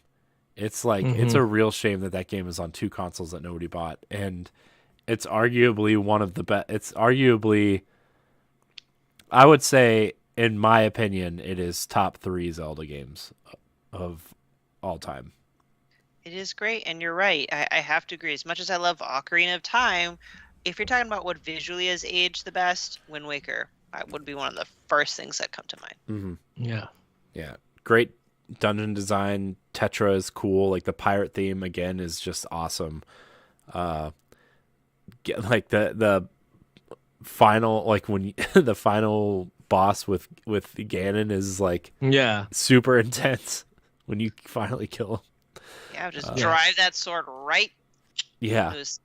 Just another thing about that animation of him laughing while the water is going down. It was so smooth. It, in a way, it kind of had a Disney effect in this animation. Yeah. And you know, plus like we got like real kind of real time emotions on Link for the first time. Yeah, Ocarina of Time he had emotions, but they were like JPEG switches almost. Yeah. And this was like his mouth moved naturally and his eyes opened wide, and it's a really special game, and it's honestly Wind Waker and Twilight Princess are the 2 games I have my Wii U still hooked up for. Because not that I'll play them anytime soon, but just in case, like those are the games, and I really hope Nintendo puts them out. I don't see why they wouldn't at some point, especially if Switch is going to be around for another 3 or 4 years. You know, because Nintendo wants to torture us. Yeah. Nancy. Anyways. All right. Is it my turn? Yes. Okay, I won't take long on this one because the reason why I like it is similar to a previous one that we listed, and that's Pokemon Silver and Gold. Nice. This is my last entry for Pokemon here. I'm just an old school traditionalist. I kind of stopped after Silver and Gold and didn't touch another Pokemon game until Arceus because of a promise of something different. But I do feel like it had a lot of good energy. Obviously very similar to Red and Blue, but the second generation was nice. I enjoyed it. Again, gave continued life to the Game Boy Color. I'll say it like that. So. All right. Cool. My number 12 is Metroid Prime. Love that they took the series in this direction. I played the demo at Sam Goody. Was after I finished the demo, it's kind of like the first part of the game. I went to the counter and paid the whole game off for the pre-order, until the game came out. And once the game came out, man, it's expensive world. It really made me dislike Halo after that. Like, I did not care. Like, I already have my problems with the Halo series, but I was just like, the Halo series is not touching Metroid Prime. I thought it was the best first-person shooter of all time until Titanfall 2 came out. And Halo, I respect it now. I appreciate it. But man, just what they did with the GameCube controller, because it didn't have like 2 analog sticks for it to have that way. That's the C stick that was on the GameCube controlled the different powers and everything. And it was so cool using different visors in order to find enemy weak spots and to defeat them and everything. Like, it was such a great and creative game. It still felt like Metroid, but in this 3D space. And just, I don't know how Retro did it, but they really pulled together to make this magical game. And it just looks beautiful on the GameCube. The water effects on Samus visor, like the drops and everything, man, it's still to this day that game looks amazing. So Metroid Prime is my number 12. Corey, what's your number 11? Pikmin, the first one Ooh. for GameCube. It's I remember when I got my GameCube. That was one of the first games I got after Luigi's Mansion and Tony Hawk 3. Waiting patiently for Smash Brothers to come out, and this game was so fun. I remember coming. It was like there was like a snow day or something for school, and I just remember sitting in my room and like playing Pikmin all day, and I beat it in one sitting. And then after I beat it, I turned around and started playing it again because like the real task is to optimize your days, right, in that game, and trying to figure out the best way to find all your ship parts and stuff. It's super charming. I just love Pikmin so much. I think it's one of the underrated gems of Nintendo. I actually wish they would re-release that first game. I know we got Pikmin 3 on the Switch, and it's fine, but that first game is just, it's a wonderful, it is a masterpiece, I think. And if anybody has a Wii or Wii U, you should try to find the Wii version of that game, because Pikmin, ironically, is like one of the best games to use the Wii remote and nunchuck, because it allows you to run and throw your Pikmin at the same time, which you can't do with a normal controller. I actually recommend the Wii U version of Pikmin 3 as well, because you can use the Wii remote and nunchuck for the Wii U version of 3 and have a map on the gamepad, so you always know where you're going. You can throw and run at the same time, and yeah, I'm not a big fan of the Wii or the Wii remote, except for certain situations, but that is one that I recommend. Awesome. All right. For me, next, Link Between Worlds. Ooh. Yes. They did a fantastic job creating this spiritual sequel, or however they want to phrase it, to Link to the Past. The mechanic of Link to go in between walls, I think was great. Very charming game, and just everything worked smoothly, and I had a lot of fun with the dungeons. They weren't too hard, they weren't too easy, and I liked that you could pick which one you can go to first via renting out your items that you need. Yeah. All right. My number 11 is Paper Mario: The Origami King, because this game is hilarious. I know that we Corey's shaking his head. We had a big discussion on the boss rush for our game of the year. I know people have their opinion about it, but the writing in this game is so good. It's a gorgeous game. And, you know, the boss battles make you think and everything, but it was just so fun and so funny.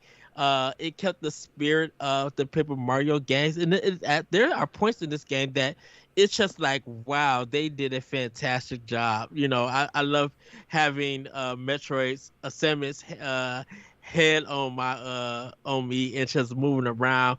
I love the Japanese little theme park. It is so good, and the final boss battle is just like so wacky. Like if you think this game is for kids, you need to sit down and play it, because this game is challenging. Black knows what I'm talking about because he did a video of it. And everybody go watch this video and subscribe to Black Game Reviews.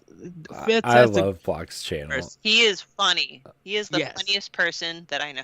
I love Block's channel so much. I watch it at night when I'm trying to fall asleep sometimes, and like I gotta shout out the Conduit review is very good. Shoot, I just lost it. This Suikoden review is pretty good, and I want to say, what was the other game that I was getting ready to talk about? Anyways, Block's game reviews. You should check it out. Please subscribe. Yeah. So Paper Mario: The Origami King. If you have a Switch, I just want people to like really play this game and like stick with it all the way because it is a great reward. It's really funny. The bosses are challenging. There's a lot of secrets and stuff that 200 like get 100 completion on it. You're gonna spend time with this game. It's a lot to it, but it's so fun and it's a cool battle system. It takes a while to learn, but I think once you learn it and everything, you can get through a lot of these battles with ease. I thoroughly enjoyed Paper Mario: The Origami King, and there's one part and. I kind of got it on my Twitter page. It was just like you ask Mario, you entering this castle, and all the enemies look at you, and they're like, "What the world is this?" And then they just start fighting, and it gets hilarious from there. It's such a great game. So Paper Mario: The Origami King is my number 11. Everybody, we are at our top 10. Corey, what is your number 10? So before I get to my number 10, Star Fox Adventures was the game I was gonna bring up on his review channel, which is also very good. Number 10 for me is Fire Emblem Fates on the 3DS. As much as Awakening got me into Fire Emblem Fates, specifically Birthright, was a great kind of introduction to what I think they wanted to do with Three Houses. It didn't quite hit the way I think they wanted it to because you had to buy 3 separate versions of the game to make that work. But it definitely had a great cast of characters. The story was very good. They had like this home base thing that you could kind of level up and do things with. It was great. I love this game. The pixel art is awesome. Like every time I see this game, it makes me think about playing the phone game because it has similar pixel art. And then I realized that it's just like all the Fire Emblem characters in like anime bikini outfits, and I'm like, I'm not gonna go down that road. So, but Fire Emblem Fates is a wonderful 3DS game. If you haven't played it, highly recommend it. Revelations, the third part of that game, is only downloadable unless you bought the special edition, and the 3DS eShop is closing. So if you want the third part and arguably the best part of that game, you should get it now. Yes. All right. Breaking my top 10 is the good old fashioned, will always be a classic, Tetris. Tetris is my number 2. It's not on my list. Oh, what? Ed. Tetris? I don't know, Corey, if there's anything you want to... because, like, I don't know, maybe I'm just running out of words, but just... I don't know how else I could describe Tetris it's other than... the only perfect video game that exists. Like, Tetris seriously was almost my number 1. That's how much I love Tetris. Tetris Effect, like, obviously the latest edition is one of the greatest versions of Tetris of all time. But even you go back to the original NES and Game Boy versions of Tetris, they're just simple, fun puzzle games that anybody can understand and enjoy and figure out. And it's just, I know everybody says video games will never be perfect. This is the only perfect video game that exists. I really don't know what else to say about Tetris. It's just awesome. And I am super jealous of Jack and his Tetris shelving units because I want them. But the way my walls are in the office, I cannot have them because anything that's heavier than a feather, it just falls off the wall because they're fake walls. So. Oh. All right. What's breached your top 10, Ed? Just Shapes and Beats. Like, gosh, I am a person who loves house music and dance music, and the music that's in Just Shapes and Beats, even though the game is like challenging as ever, and you don't really do that much, just hearing the music gets me like going. And then the Shovel Knight remixes are blazing hot. Like, they are so good. But yeah, I I love Chess Shapes and Beats. I reached out to the developers and I like literally thanked them for the soundtrack and everything that they play. You know, they got a YouTube playlist that people can hear all the tracks for it. But yeah, Chess Shapes and Beats, such a great game. And I think it's on PlayStation. I don't know if It's Xbox on has it. everything now, I think. It's on everything now. Okay, yeah, it's so good. It kind of rivals Tetris Effects connected when it comes to music. For it. Oh. Like it was such a battle between not Tetris Effect. I'm sorry, Just Chasing Beats and Forza Horizon 4 for best soundtrack when both of those games came out. And I had to give it to Just Chasing Beats, but because Forza Horizon 4 soundtrack is so good, it really is good. But Just Chasing Beats, my number 10. Corey, what is your number 9? Super Mario Brothers 2. It was I would say the second game I ever played on NES. It was my first experience with Mario. Which later, I went back and played Mario 1 and Duck Hunt, but Mario 2 is far superior to Mario 1. Agreed. I love the kind of weirdness that it, obviously it's a reskinned version of Doki Doki Panic, which we learned later, but I like that you can play as all the other characters, right? Luigi, Peach, and Toad, and they all have special, or, their statistics are different, and the birds or the masks that chase you are terrifying. The magic carpets, like when they start to disappear and you're not sure if you're going to make the jump or not, that's really awesome. Birdo, obviously an iconic character now. Hate Birdo. And then when you get to the one level where you go to walk through the bird mouth and it starts attacking you, that's not fun. Surprise. So yeah, I mean, I don't really have much to say about Mario 2. It's awesome. The Game Boy Advance version is the superior way to play that game, I think. Or the Mario All-Stars version is also a very good version of that game. I think Mario All-Stars is on NSO, right? So you can play that version. It's so good. I love that game. So Mario 2 is my number 9. My number 9 was Pokemon Red and Blue. So back to you, Ed.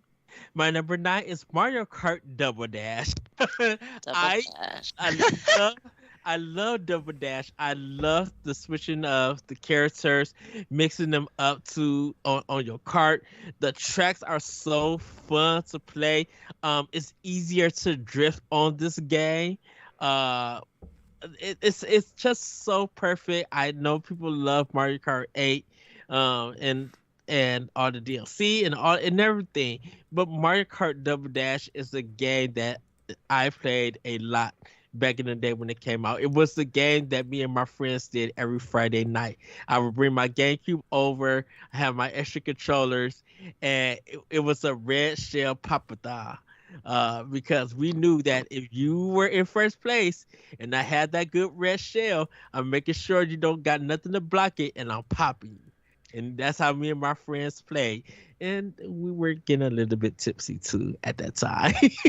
Having adult beverages, everybody. But it's such a fun game. It's such a classic.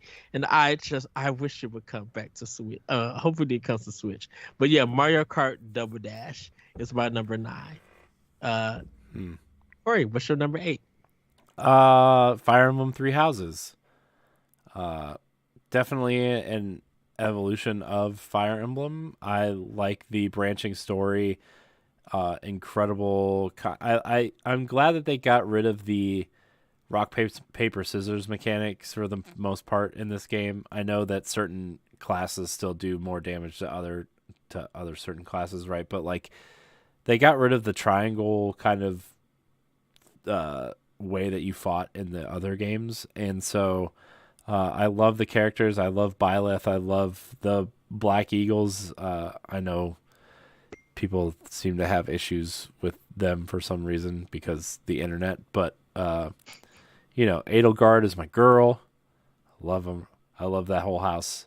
And so yeah, I mean, it's why I think I'm continuing so much with Fire Emblem Warriors right now is because like Mhm. I love that world and I love the monastery and the characters, right? And it's those that like it's definitely the best Fire Emblem. I hope we get some sort of sequel. I know that there's a new game rumored by the same team right now. Right. So, yeah, Three Houses, awesome game. All right. Definitely. Let's see. Oh, Harvest Moon 64. I know. Really? Yeah. Nice. Harvest Moon obviously is a game that's been made and made and made, and with every iteration, it just gets more and more boring and bland and lame. However, the first Harvest Moon that I played, Harvest Moon 64, is in my top 10 because, it was like one of my base set of games, and I just really liked it. Even though it was very simplistic back in the day, I love the randomized events. Like some things would Mhm. happen or not happen, and depending on what you did. Like I remember early in the game, there'd be this guy like right outside your house when you wake up one morning, and he's like starving, he's hungry. If you have food to feed him right away, he'll become a more active and engaged member of that society or village later. But if you don't feed him that day, like I don't think you really, you might see him again, but he's just kind of not part of the town. So it's stuff like that, and you get to like obviously pick a girl that you're gonna court and marry and have a baby with and all that silly stupid stuff. But it just managing a farm, and I mean I'm not into a ton of farming simulators these days, but hey, there's got to be one that you really like in your life, and that one was Harvest Moon 64. All right. For me, number 8 is Scree. So we could go on to number 7. Corey, what's your number 7? My number 7 was Turtles in Time, so we talked about that already. So back to Stephanie, I guess. Banjo Kazooie. Ooh, good one. Yeah.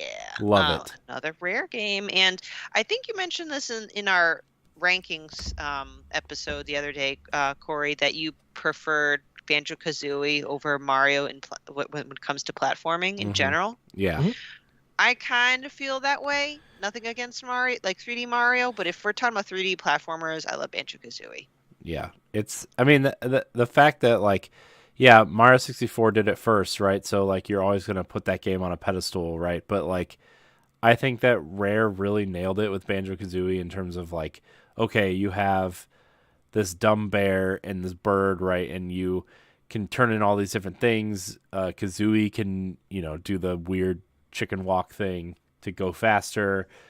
Poop out an egg. Yeah, poop out an egg. It's just, I just think it's superior in almost every way. The level design, writing, characters. Yeah, Kazooie is so sassy. Yeah, Kazooie's awesome. Sassy bird. I hope they make a new Banjo-Kazooie soon. But not like Nuts and Bolts. No. Or is that what it's called? Mm-hmm. Something Yeah. Bolts? Nuts and Bolts was fine, but It just looks weird. I just want a traditional Banjo game. Yeah. So All right. it's like the Star Fox Adventures of Banjo games. Wow. Shade. Different. Okay, not what we want. Wow. Ah. Well, my number 7 is Tatsunoko versus Capcom. Oh my gosh, Ed. What are these games? This is a fighting game from Capcom on Wii, and it was the Tatsunoko animes that were fighting Capcom, like Street Fighter characters over here, and some of the Capcom characters. It's one of the best fighting games on the Wii. I remember when the game came out, it was really low in quantity, and I remember at Toys R Us it came out for $50, and really nobody was looking for it. I bought it the day it came out. This is the game that actually changed the Marvel vs. Capcom fighting games, with their control setup and everything. It's just so good. I played it at the arcade and everything. You can take a look at it, but it's such a enjoyable game that I had. I learned a lot of the combos and characters, and being Ryu and fighting this big gold robot and everything. It's such a amazing game. But and it's probably not going to be able to come out because Tatsunoko, like the licensing with Tatsunoko, is kind of like really difficult to work with because there's so many parts to it. But when it came out in the US and it came out for Wii, it was the game to have. It was a big fighting game. So Tatsunoko versus Capcom is my number 7. Corey, what is your number 6? My number 6 is Super Mario 3D World. The best. It's the best 3D Mario game, hands down. And I've played all the way through it twice. Well, almost twice. I just adore the game. I love the cat suit. I love how it takes the best of 3D Mario games and the best of 2D Mario games and just smashes them together. And just what is a wonderful experience. I highly recommend it. It's so much fun. It's so colorful. I love the stamp collecting aspect, which Ed, speaking of memories for Nintendo Pow Block, we thought that when this game came out, that the stamps were going to be Nintendo's achievement system. Remember that? Because like they skipped a couple games, but then Twilight Princess also had stamps. And we thought that this, like, whatever, Codename NX was, they were going to implement like a stamp collection that you could show off on Miiverse, and then obviously they closed Miiverse and there's no stamps, and here we are 6 years later with not even a third theme, but here we are. But Mario 3D World is a wonderful game. Everybody, even if you're not even a huge Mario fan, this is so totally worth it, in my opinion. Yes. All right. My next one's a Mario game, but it's Super Mario World. So that's my personal pick for a top Mario game. I'm a little biased because, you got Yoshi in there, right? So that played a big part. I think maybe I'm getting to it. That's the one where we had the feather too, right? So yes. I don't know. Those are the particular mechanics that I really enjoyed. I mean, that's kind of Yoshi, man. Yoshi. Well, my number 6 is Secret of Mana. This was a game that was planned to be on the Super Nintendo PlayStation, but when the plans fell through, Squaresoft designed the game to be on the cartridges, but it has some cut content. With it, some of the rooms in the dungeons are like kind of blocked off because there was supposed to be some cutscenes and some other extra stuff. But it's a phenomenal soundtrack, a great story. You trying to save the mana tree and everything, and it's kind of a sad ending with some of the characters and everything. But it's so good. I remember getting this game for Christmas and grinding and learning, and then soon buying the game guide for this game to see how I get through some of the parts and everything. And you get to fight Santa Claus as one of the bosses. Secret of Mana, go here and listen to the soundtrack. They remade it for PlayStation 4, but the collection of Mana is also on Switch where people could play it also, the original one.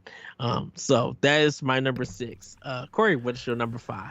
So my number 5, I didn't play it on Switch. Well, I did, but the first time I played it was on PlayStation 2. It's available on Switch now.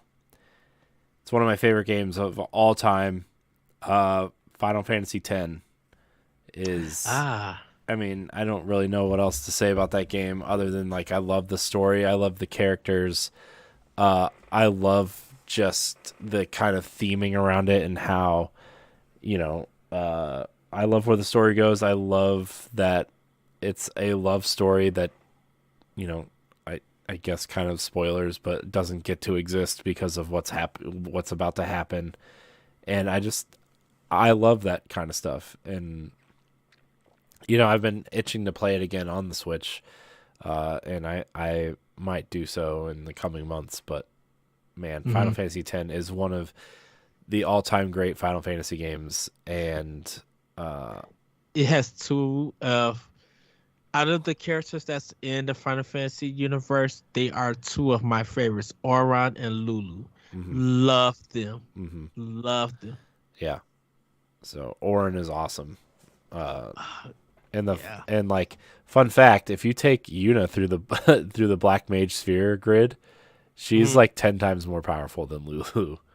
Really? Yeah. I heard I really Plus, made my like healer. yeah. Plus, I mean, yeah. I mean, she's supposed to be your white mage, but if you take her through the Black Mage Sphere grid, like, and you go through the quest that lets her only use one magic point, Mm-hmm. she becomes unstoppable. It's awesome. Oh wow, did not know that. Yeah, Mhm. Lulu, the voice acting in that game too is really good. Definitely Oran's voice acting, man, and I love Lulu's voice acting too. But Oran was just like something about his voice acting, even though it sounds dead at times because of Yeah. some other things won't reveal it. It really just fit the mood, and it didn't feel threatening, but it really felt like, hey, I will still kick your tail because I've been through this. I know what I'm Hmm. doing. And Yeah. he was just so cool. And I love his design with Hmm. his hand in his pocket while he's still holding the sword and just bam. He was powerful than a Yeah. mug. Yeah. Definitely an awesome character. Yeah. Dang it, now I want to play Final Fantasy X. Good game. Was this 5? Yes. Mine was Wind Waker for 5, so. Cool. My number 5 is Mario and Luigi Bowser's Inside Story. We talked about this game, and once again, the game is funny as ever. I love the fact that you can play as Bowser and suck up the Goomba's peppermint lollipop. And if you do it, you get energy, but you make them run away and cry. You are Mario and Luigi, and you're inside Bowser's body. You're doing boss battles and fights and different gameplays. Like there's a shoot 'em up, a vertical game in it. I know there's a lot. I keep speaking about shoot 'em ups and stuff, but they really changed that game a lot. And in order, there was times that you had to switch to Bowser at the top of the DS, and then switch it down for the Mario Brothers in order to get through. And there be times they will force Bowser to drink water so they could get to higher levels. So like what he did in the real world was kind of almost playing as a puzzle inside his body and everything. And it's such a great game. And if you was Bowser and you sucked up some of the enemies, the Mario Brothers would have to go fight those enemies. So it's such a great game. Mario Luigi Bowser Inside Story. I love that game. Corey, what's your number 4? Mario Kart 8 Deluxe. Ooh. It's the best Mario Kart. It's the best racing game. The best arcade racing game. I don't really know what to say about this game. I've put probably 40 or 50 hours into the Wii U version, and I put probably double that into the Switch version.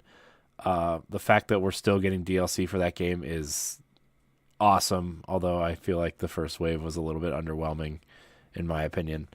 I hope they get better moving forward. But the fact that, like, man, that game is so good. And plus, like, the new battle mode is pretty cool. And it's a game that I can play with my wife and my kids because it has, like, the quote-unquote cheater modes on it where, like, they're always going. They steer when they're, prevents them from falling off. And it's just a wonderful game to play with people. And, Rosalina Main all the way. Nice. Yeah.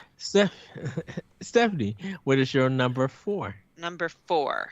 4. Twilight Princess. Ooh, that's my number 3, actually.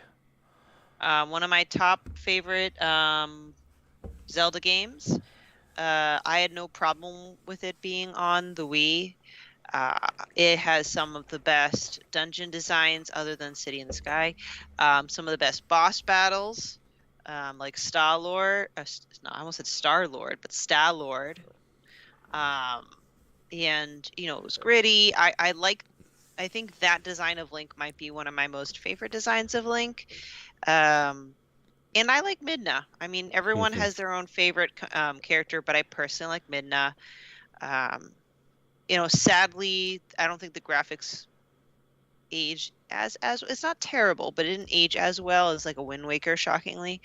And the intro does take forever, so it's not without flaws, but I thoroughly enjoy it to where it's very much worthy on my top 5. And I swear, if Nintendo doesn't give us either a port, a remake, a remap, something, I'm breaking up with Nintendo. It's gonna happen, I swear. No, it's not.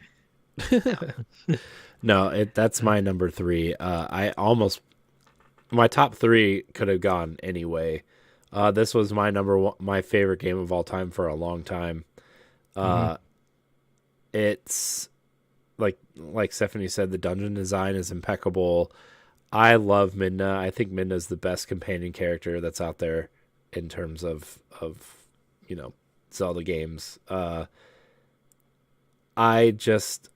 Man, the Wii U version also is like super superior. They replaced a lot of the character models and clean up a lot of the assets. So I mean, it still looks like an old game because it is, but it's a cleaned up version, and I just love it. I love the Twilight Realm. I love the aesthetic of the Twilight Realm.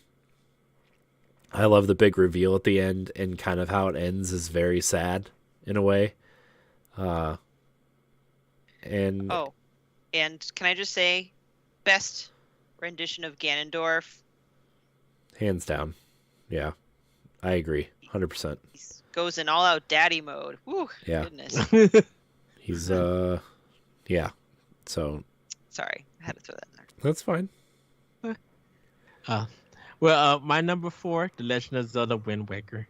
There's nothing else I could say about it. It's like the only mainline kind of Zelda game that's on my list outside of Hyrule Warriors being like a side game. But yeah, The Legend of Zelda Wind Waker is my number 4. Corey, what's your number 3? Twilight Princess is my number 3. Okay. All right. My number 3, Stephanie.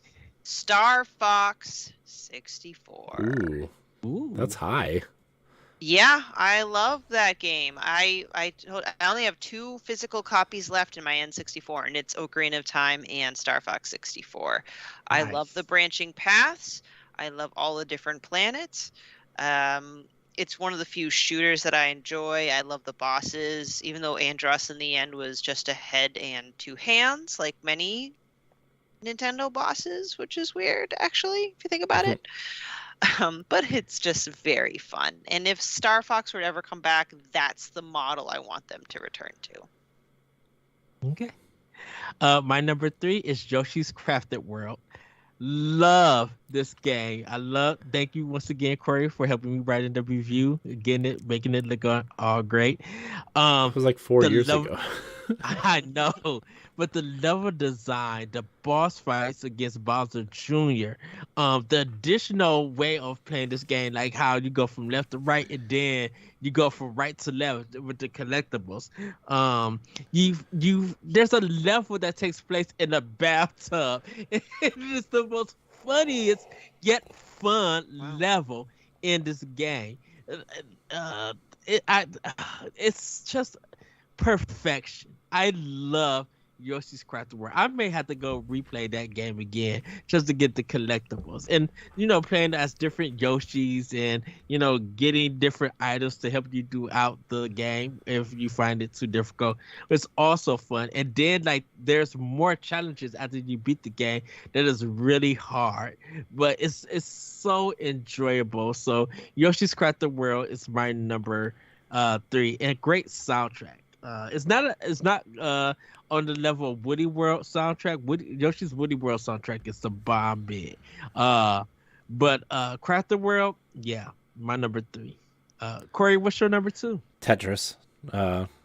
We talked about it already, so. Okay. My number 2, Breath of the Wild. It's my number 1. But that's just because Ocarina of Time is my number 1. So Breath of the Wild, I'm really glad Nintendo found the perfect formula to shake up that franchise. You literally could do anything and everything. There were several ways to solve a puzzle. It just blew my mind. I know people complain about the weapon degradation system, and sure it was annoying in the beginning, but I'm okay with it. I can't, if you want to pretend things are realistic, things will break, especially if you're fighting a Lionel. Only downside is, the 4 divine beasts, they don't really have a theme, and all the bosses were just goopy calamity versions, a blight, like a blight of that type. So I could use a bit more diversity with bosses and themes, but really that's just nitpicky on an overall excellent game, and I feel like Breath of the Wild's kind of there to stay. Mm-hmm. Corey, what would you like to say about Breath of the Wild?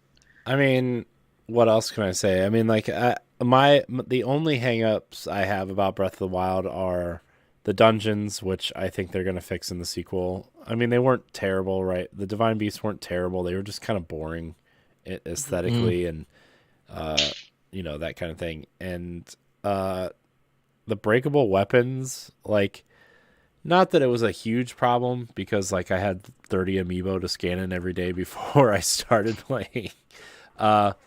But I don't really care for the breakable weapons, and the fact that there's not a way to kind of repair them is also something that I got hung up on.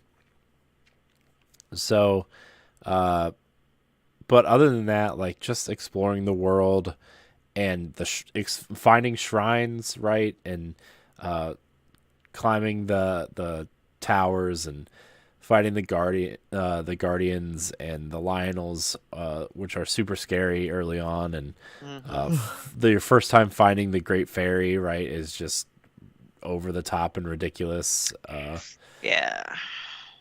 And yeah, I mean, there's just so much. I put 240 hours into that game, and it's a game I think about weekly, if not daily. I think about that game so often. And I'm just so incredibly excited for the sequel. And can I say the main trailer, so not the initial release trailer, but the second trailer that they released for Breath of the Wild, that music, every time I hear that music, I still get goosebumps. Yeah. It's such a wonderful experience. All right, Ed, what's your number 2? My number 2 is Super Mario 3D World. Enough was said about this game. I love the level design, playing as Princess Peach, running and seeing the smoke come out every time they run. Just such a fun game, and doing multiplayer is really fun. Corey, what was your number 1? Breath of the Wild is my number 1. Okay. And Ocarina of Time was my number 1. And my number 1, everybody could guess it, Bayonetta 2. Oh my gosh, what? Wow. I love Bayonetta 2. The combos, the story, the action is comedic. The fights are so good. It's way better than 1. So colorful. The way they mix up the gameplay in this, like the weapons that you get in this game is fun to use. The fact that you get to beat devils and angels and devils, a really good boss fight. It's weird. They kind of like second to last part of the game feels like Afterburner in a sense. So they kind of play a nod to Sega's Afterburner series. It's such a great game, and like just the music, and it's funny at times, but just playing I have the demo still on my Wii U with demo trials on it. Like, I saved it because if I get rid of it, I can't download it no more. I can't play it anymore. Even when the game came out, it even though it caused some controversy with some people and everything, I love Bayonetta 2. When it came to Switch, I quickly bought this game for $60. It's so good. It's like an all-time. And this was the game that I feel like got Platinum Games recognized for people to work with them. Like, it just felt like them working with Nintendo, having a good relationship, really made Platinum Games better as a developer. So, But yeah, everybody, that is our 30 games. Corey, do we want to do a rundown quickly of each of our lists so people can know? I'm. I guess so. Okay, So so start with yeah. one and go all the way to 30. Corey. So 1 to 30: Legend of Zelda: Breath of the Wild, Tetris, Twilight Princess, Mario Kart 8, Final Fantasy X, Super Mario 3D World, Teenage Mutant Ninja Turtles 4, Turtles in Time, Fire Emblem Three Houses, Mario 2, Fire Emblem Fates Birthright, Pikmin, Wind Waker, Assassin's Creed 4 Black Flag, Super Mario 64, Pokemon Red, Blue, and Yellow, Wii Sports, Ocarina of Time and Majora's Mask, Diddy Kong Racing, 007, GoldenEye 007, Tales of Symphonia, Mario Golf Toadstool Tour, Magical Quest starring Mickey Mouse, Tony Hawk's Pro Skater, Shovel Knight Treasure Trove, SSX 3, Super Meat Boy, N++, Super Mario Brothers 3, Metroid, and Skies of Arcadia Legends. Nice. Stephanie, your list. All right, number 1, Ocarina of Time, followed by Breath of the Wild, Star Fox 64, Legend of Zelda Twilight Princess, Wind Waker, Super Mario World, Banjo-Kazooie, Harvest Moon 64, Pokemon Red/Blue, Tetris, Link Between Worlds, Pokemon Silver/Gold, Donkey Kong 64, Super Mario Galaxy, Metroid Dread, Gato Roboto, Wii Sports, Super Smash Bros. Super Hot, Coffee Talk, Batman Telltale Series, Rayman Legends, Shovel Knight, Gree, Jet Force Gemini, Pokemon Snap, Rampage, Donkey Kong Country, Donut County, and Killer Instinct Gold. All right. And mine is Bayonetta 2, Super Mario 3D World, Yoshi's Crafted World, The Legend of Zelda Wind Waker, Mario Luigi's Bowser Inside Story, Secret of Mana, Tatsunoko vs. Capcom, Gree, Mario Kart Double Dash, Just Shapes and Beats, Paper Mario The Origami King, Metroid Prime, Street Fighter 3, Third Strike, Phoenix Wright, Hotel Dust, Room 212, Elite Beat Ages, Okami HD, Ikaruga, Beautiful Joe, Mega Man 2, Tales of Symphonia, Metroid Dread, Mischief Maker, Xenoblade Chronicles X, Chrono Trigger, NBA Jam, Rhyme, Hyrule Warriors, Age of Calamity, TMNT Turtles in Time, and Super Mario Land 2, 6 golden coins. That is our 30 top Nintendo games on for each of our lists. We did it. What we did it. We did it. So now we're going to get into the final section. It's going to be our final words and community comics. Corey, you want to take the first one, and I have one from Shane. Sure. Sorry, I kind of closed it on accident. Read yours from Shane first while I open this doc again. All right. Shay, from another Zelda podcast and part of also the Boss Rush Network says, the best of luck tonight on episode 300. What an accomplishment. So happy for you and the rest of the Boss Rush Network family. Cheers to many, many more. Thanks for letting me be a part of a great community. Yeah, so I have two here on the doc. Daniel Migar says congrats on number 300, and then our longtime listener Deshaun Malone tweeted at us and said, I've been listening to you for a long time, multiple groups, co-hosts, cycles, and more.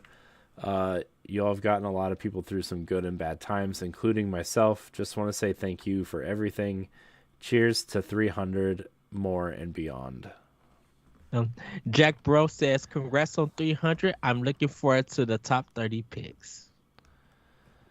And final words, Corey. I'm gonna let you. Go first. It's just the show has meant a lot to me personally, and I always said my biggest regret was leaving for those few months to try to, resurrect Arsenal X and make a something out of that show. And by the time I came back to do this, it was a totally different show. You and the team had turned it into something extremely different, and I was just glad that I'm just glad that we get to do this again. And the show has been through a lot over the last 7 years at this point. Even to the point where we canceled the show for 3 months to start the Boss Rush podcast, which was the NX show at the time. And then we were like, that was a dumb idea. We should have just kept Pow Block going. And, a lot of fans wanted it back. And I don't know, this show and all the people who've ever been involved and are involved and continue to be involved with not just Pow Block but Boss Rush, it means a lot to me and us, I think, in general. And it's I don't really know what else to say. I love the show. I love coming here and just talking with my best friend about Nintendo games, about the games we love and we will probably always love, and like I said, if Boss Rush ceases to exist tomorrow and everybody quits on us, like, we would still do this show because it's the show.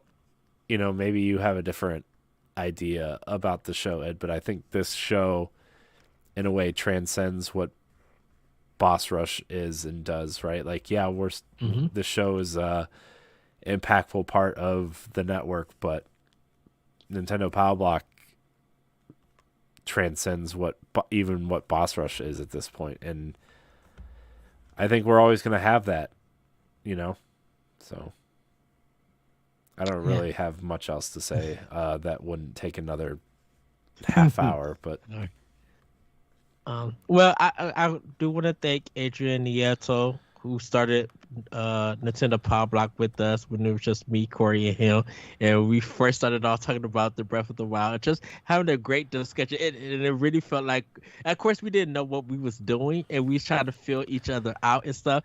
But it kind of felt like we knew each other for years and just talking. I want to also thank Kyle, who also came on and helped. I want to thank Jesse, who was a part of us when we was Nerds Gone Rogue doing Nintendo Pow Block, just having a great discussion. Want to thank you, Stephanie, for joining, Celeste, Dan, David, LaRon, Grayson, Shane, Jack, Galatrad, just all the guests and people from Boss Rush who came on. Hopefully I said David. That came on and participated on the show, who did like news or did different parts, and just had fun with us. You really guys, you helped Pow Block get to where it is. And Corey, I literally want to thank you because we met through Nintendo voice chat, and who knew that we would have not only Nintendo Pow Block to episode 300, but it helped create this friendship that we have. This relationship we got, like, you my bro, him, you my best friend and everything. And it was through our love for Nintendo. And I told you many times, I really had no one to talk to about Nintendo until I literally met you. And when you was on DNA doing stuff, I was supporting. I was just happy. And when you reached out, I was excited to do this. And just look on how it grown. Times when we didn't have topics or anything, we would literally still get on the mic and talk. How many times would we say this is probably going to be a short episode, and we would go for longer than a normal episode because we were just talking and doing dumb stuff? And I think at one point we were literally talking about, I think it was when they revealed the new 2DS XL, and we both got one, and we literally just sat there and talked about the way it looked for like 45 minutes. Yeah, and everything. Our Metroid Hellblade discussion, legendary. We did it too. Like, just the way we was building off. And even if there was times that we disagreed on some things, when we got off the show, we was just still hanging out and talking and everything. Mm-hmm. So I really want to thank you for bringing me on and allowing me to definitely just be me. My takes are hot, they're wacky, We but know. We know. I mean, look, we always kind of position the show, then and even now, where like you're the hype and the excitement, and I'm the realist, right? Where I try to like, okay, Ed, let's bring it back down a notch, or 7. But I think it works, and it's always going to work. And like, I don't care if we have 1 or 1,000 listeners, right? Like, the show's always going to exist because of our friendship, and like the only way it's going to end is like, not to be super morbid, but like if one of us ends, then the show will end. Like it's just, I don't ever see a time when we're not going to do this show, even when we're old and grumpy old men and tired and yelling at people to get off our lawns. And look at the Nintendo Pow Block episode oh 9008. God. Oh, 908. Oh or no. something like that. Oh no. Shoot, we'll probably have Miles podcasting with us. Oh gosh. We're doing the production. Yeah, we're just gonna pass it on to our children. Yeah. Oh. But yeah, thank you everybody just from around the world, for guessing on our podcast, listening to us, sending your comments, and getting us. I think we was part of the top 30 or top 20 Nintendo podcasts on Apple Podcasts, and our name showed up, and that was a blast to see. And definitely just for me personally, I enjoy people who love video games, who love Nintendo, PlayStation, Xbox. Thank you for all the conversations that you guys have, tuned in to, listen to, offer your opinions, and hopefully some of the games that we're playing and recommendations you guys have went out to go and play and stuff. But that's going to be it for Nintendo Power Block. Well, don't you want to hear what Stephanie has to say? Oh, Stephanie, go ahead. She's here. It's all right. She's I'm here. not an OG person to this, so it's okay. It doesn't matter. You're a part of us. You get to say words. Thank you. I'll make it quick. Well, this means a lot to me because I started off as a fan. So you guys were the OGs, but for me, I was a fan. I picked up listening to podcasts because of the pandemic and the lockdown. I'm like, well, I need something to keep my mind preoccupied while I'm working on my COVID projects, like my garden. And I was like, well, what do I like? I like Zelda. So I typed in Zelda in a podcast, and I found 2. Another Zelda podcast, which I do contribute to their website for as well, and Nintendo Pow Block. You guys were the first podcast in the network that I listened to, and I recognized your voices, like Ed's voice, Corey. I was like, Corey's got that cool host voice, and I think it was Dan and David. And I loved Snacktendo. There was just something about the dynamic everyone had. And then when you guys started talking about how you were looking for writers, I'm like, I scared my cat. I got to write for this team. And I started writing, and I don't know how I ended up on the podcast. I guess I just slowly forced my way in. And now I'm part of the Boss Rush podcast and guest occasionally on Pow Block. So it's like a dream come true. So I think this is great for the community. I'm glad to now be a part of it, and I would love to see this continue to grow. But like Corey said, even if it's 1 or 100 listeners, it's some of my best nights are when I talk to you guys. Aww. Yeah, and it's just, I've made so many friends and gone through so many things with this, with not just Boss Rush, but like, since we started doing this show, like, Ed, we've been through so many things, I when this show started, like, the things that I've gone through in my life for this, like, I got married, I had 2 kids, like, like, we've been through a lot of life things together, and the fact that we still continue to make friends and get to do this, and have people like Stephanie and Laron and Celeste involved, and the writing team, and what David and Dan and Block are doing over there, and with Stephanie, and it's just, I don't know what Kool-Aid they're drinking that everybody started following us to do this, but it's humbling. And I think it's because it's because of our mission statement. I know we should probably get out of here because we're approaching 4 hours, but Yeah. I think it's seriously because, like, after Nerds Gone Rogue ended and we didn't really know what to do after that, like, our mission statement was just, we have to be better. We have to be better people. We have to be inclusive, and not just the way that gamers want gamers to be inclusive, like inclusive to everybody. Everybody has different ideas and things that they believe in, and different stances on subjects, and as long as people are respectful of everybody else's thoughts and what they believe in and how they treat people, like, we're going to go a long way. And it might not be the way that every other place is going, but we're going to go somewhere and be something special, even if it takes longer for us to grow, or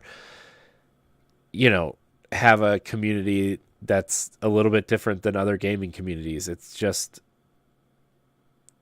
I think that just those simple 2 words, be better human beings, no matter what, is what helped us grow a community that's incredible. And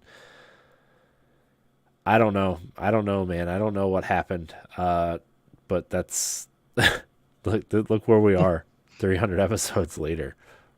Yeah. So you guys can find me at that retro code. Corey, where can they find you? You can find me at I am Corey HD on Twitter and Instagram. You can find me on the Boss Rush podcast, Expansion Pass, After Dark, Standard Definition, and a plethora of other things we do here on the Boss Rush Network. Ed, I love you. I love you too. Stephanie, where can we find you before we get onto the Snuff S? Sure. You can find me on Twitter and Instagram at Klimov, KLIMOV_author. Live Wednesday nights on the Boss Rush podcast. My articles on bossrush.net, and just popping in and out of other podcasts here in the network. Yes. Stephanie, you're all right too. Oh, thanks. I'll take it. Well, Corey. Yeah. You have to do your outro before I do my outro. Oh, no. All right. I want to thank everybody for listening to Nintendo Pow Block here on the Boss Rush Network. You can follow us at Pow Block Podcast on Twitter and Instagram. You can find the show every Wednesday on your podcast service of choice. Join us live on Monday nights on Twitch. I want to thank everybody so much for watching and or listening. And until next time, we love you. Goodbye. You gotta do your move. What move? Pow Block. Oh, no. Yes. Pow Block. Yes. Woohoo! Bye, everybody. I hate that you made me do that. It's our 300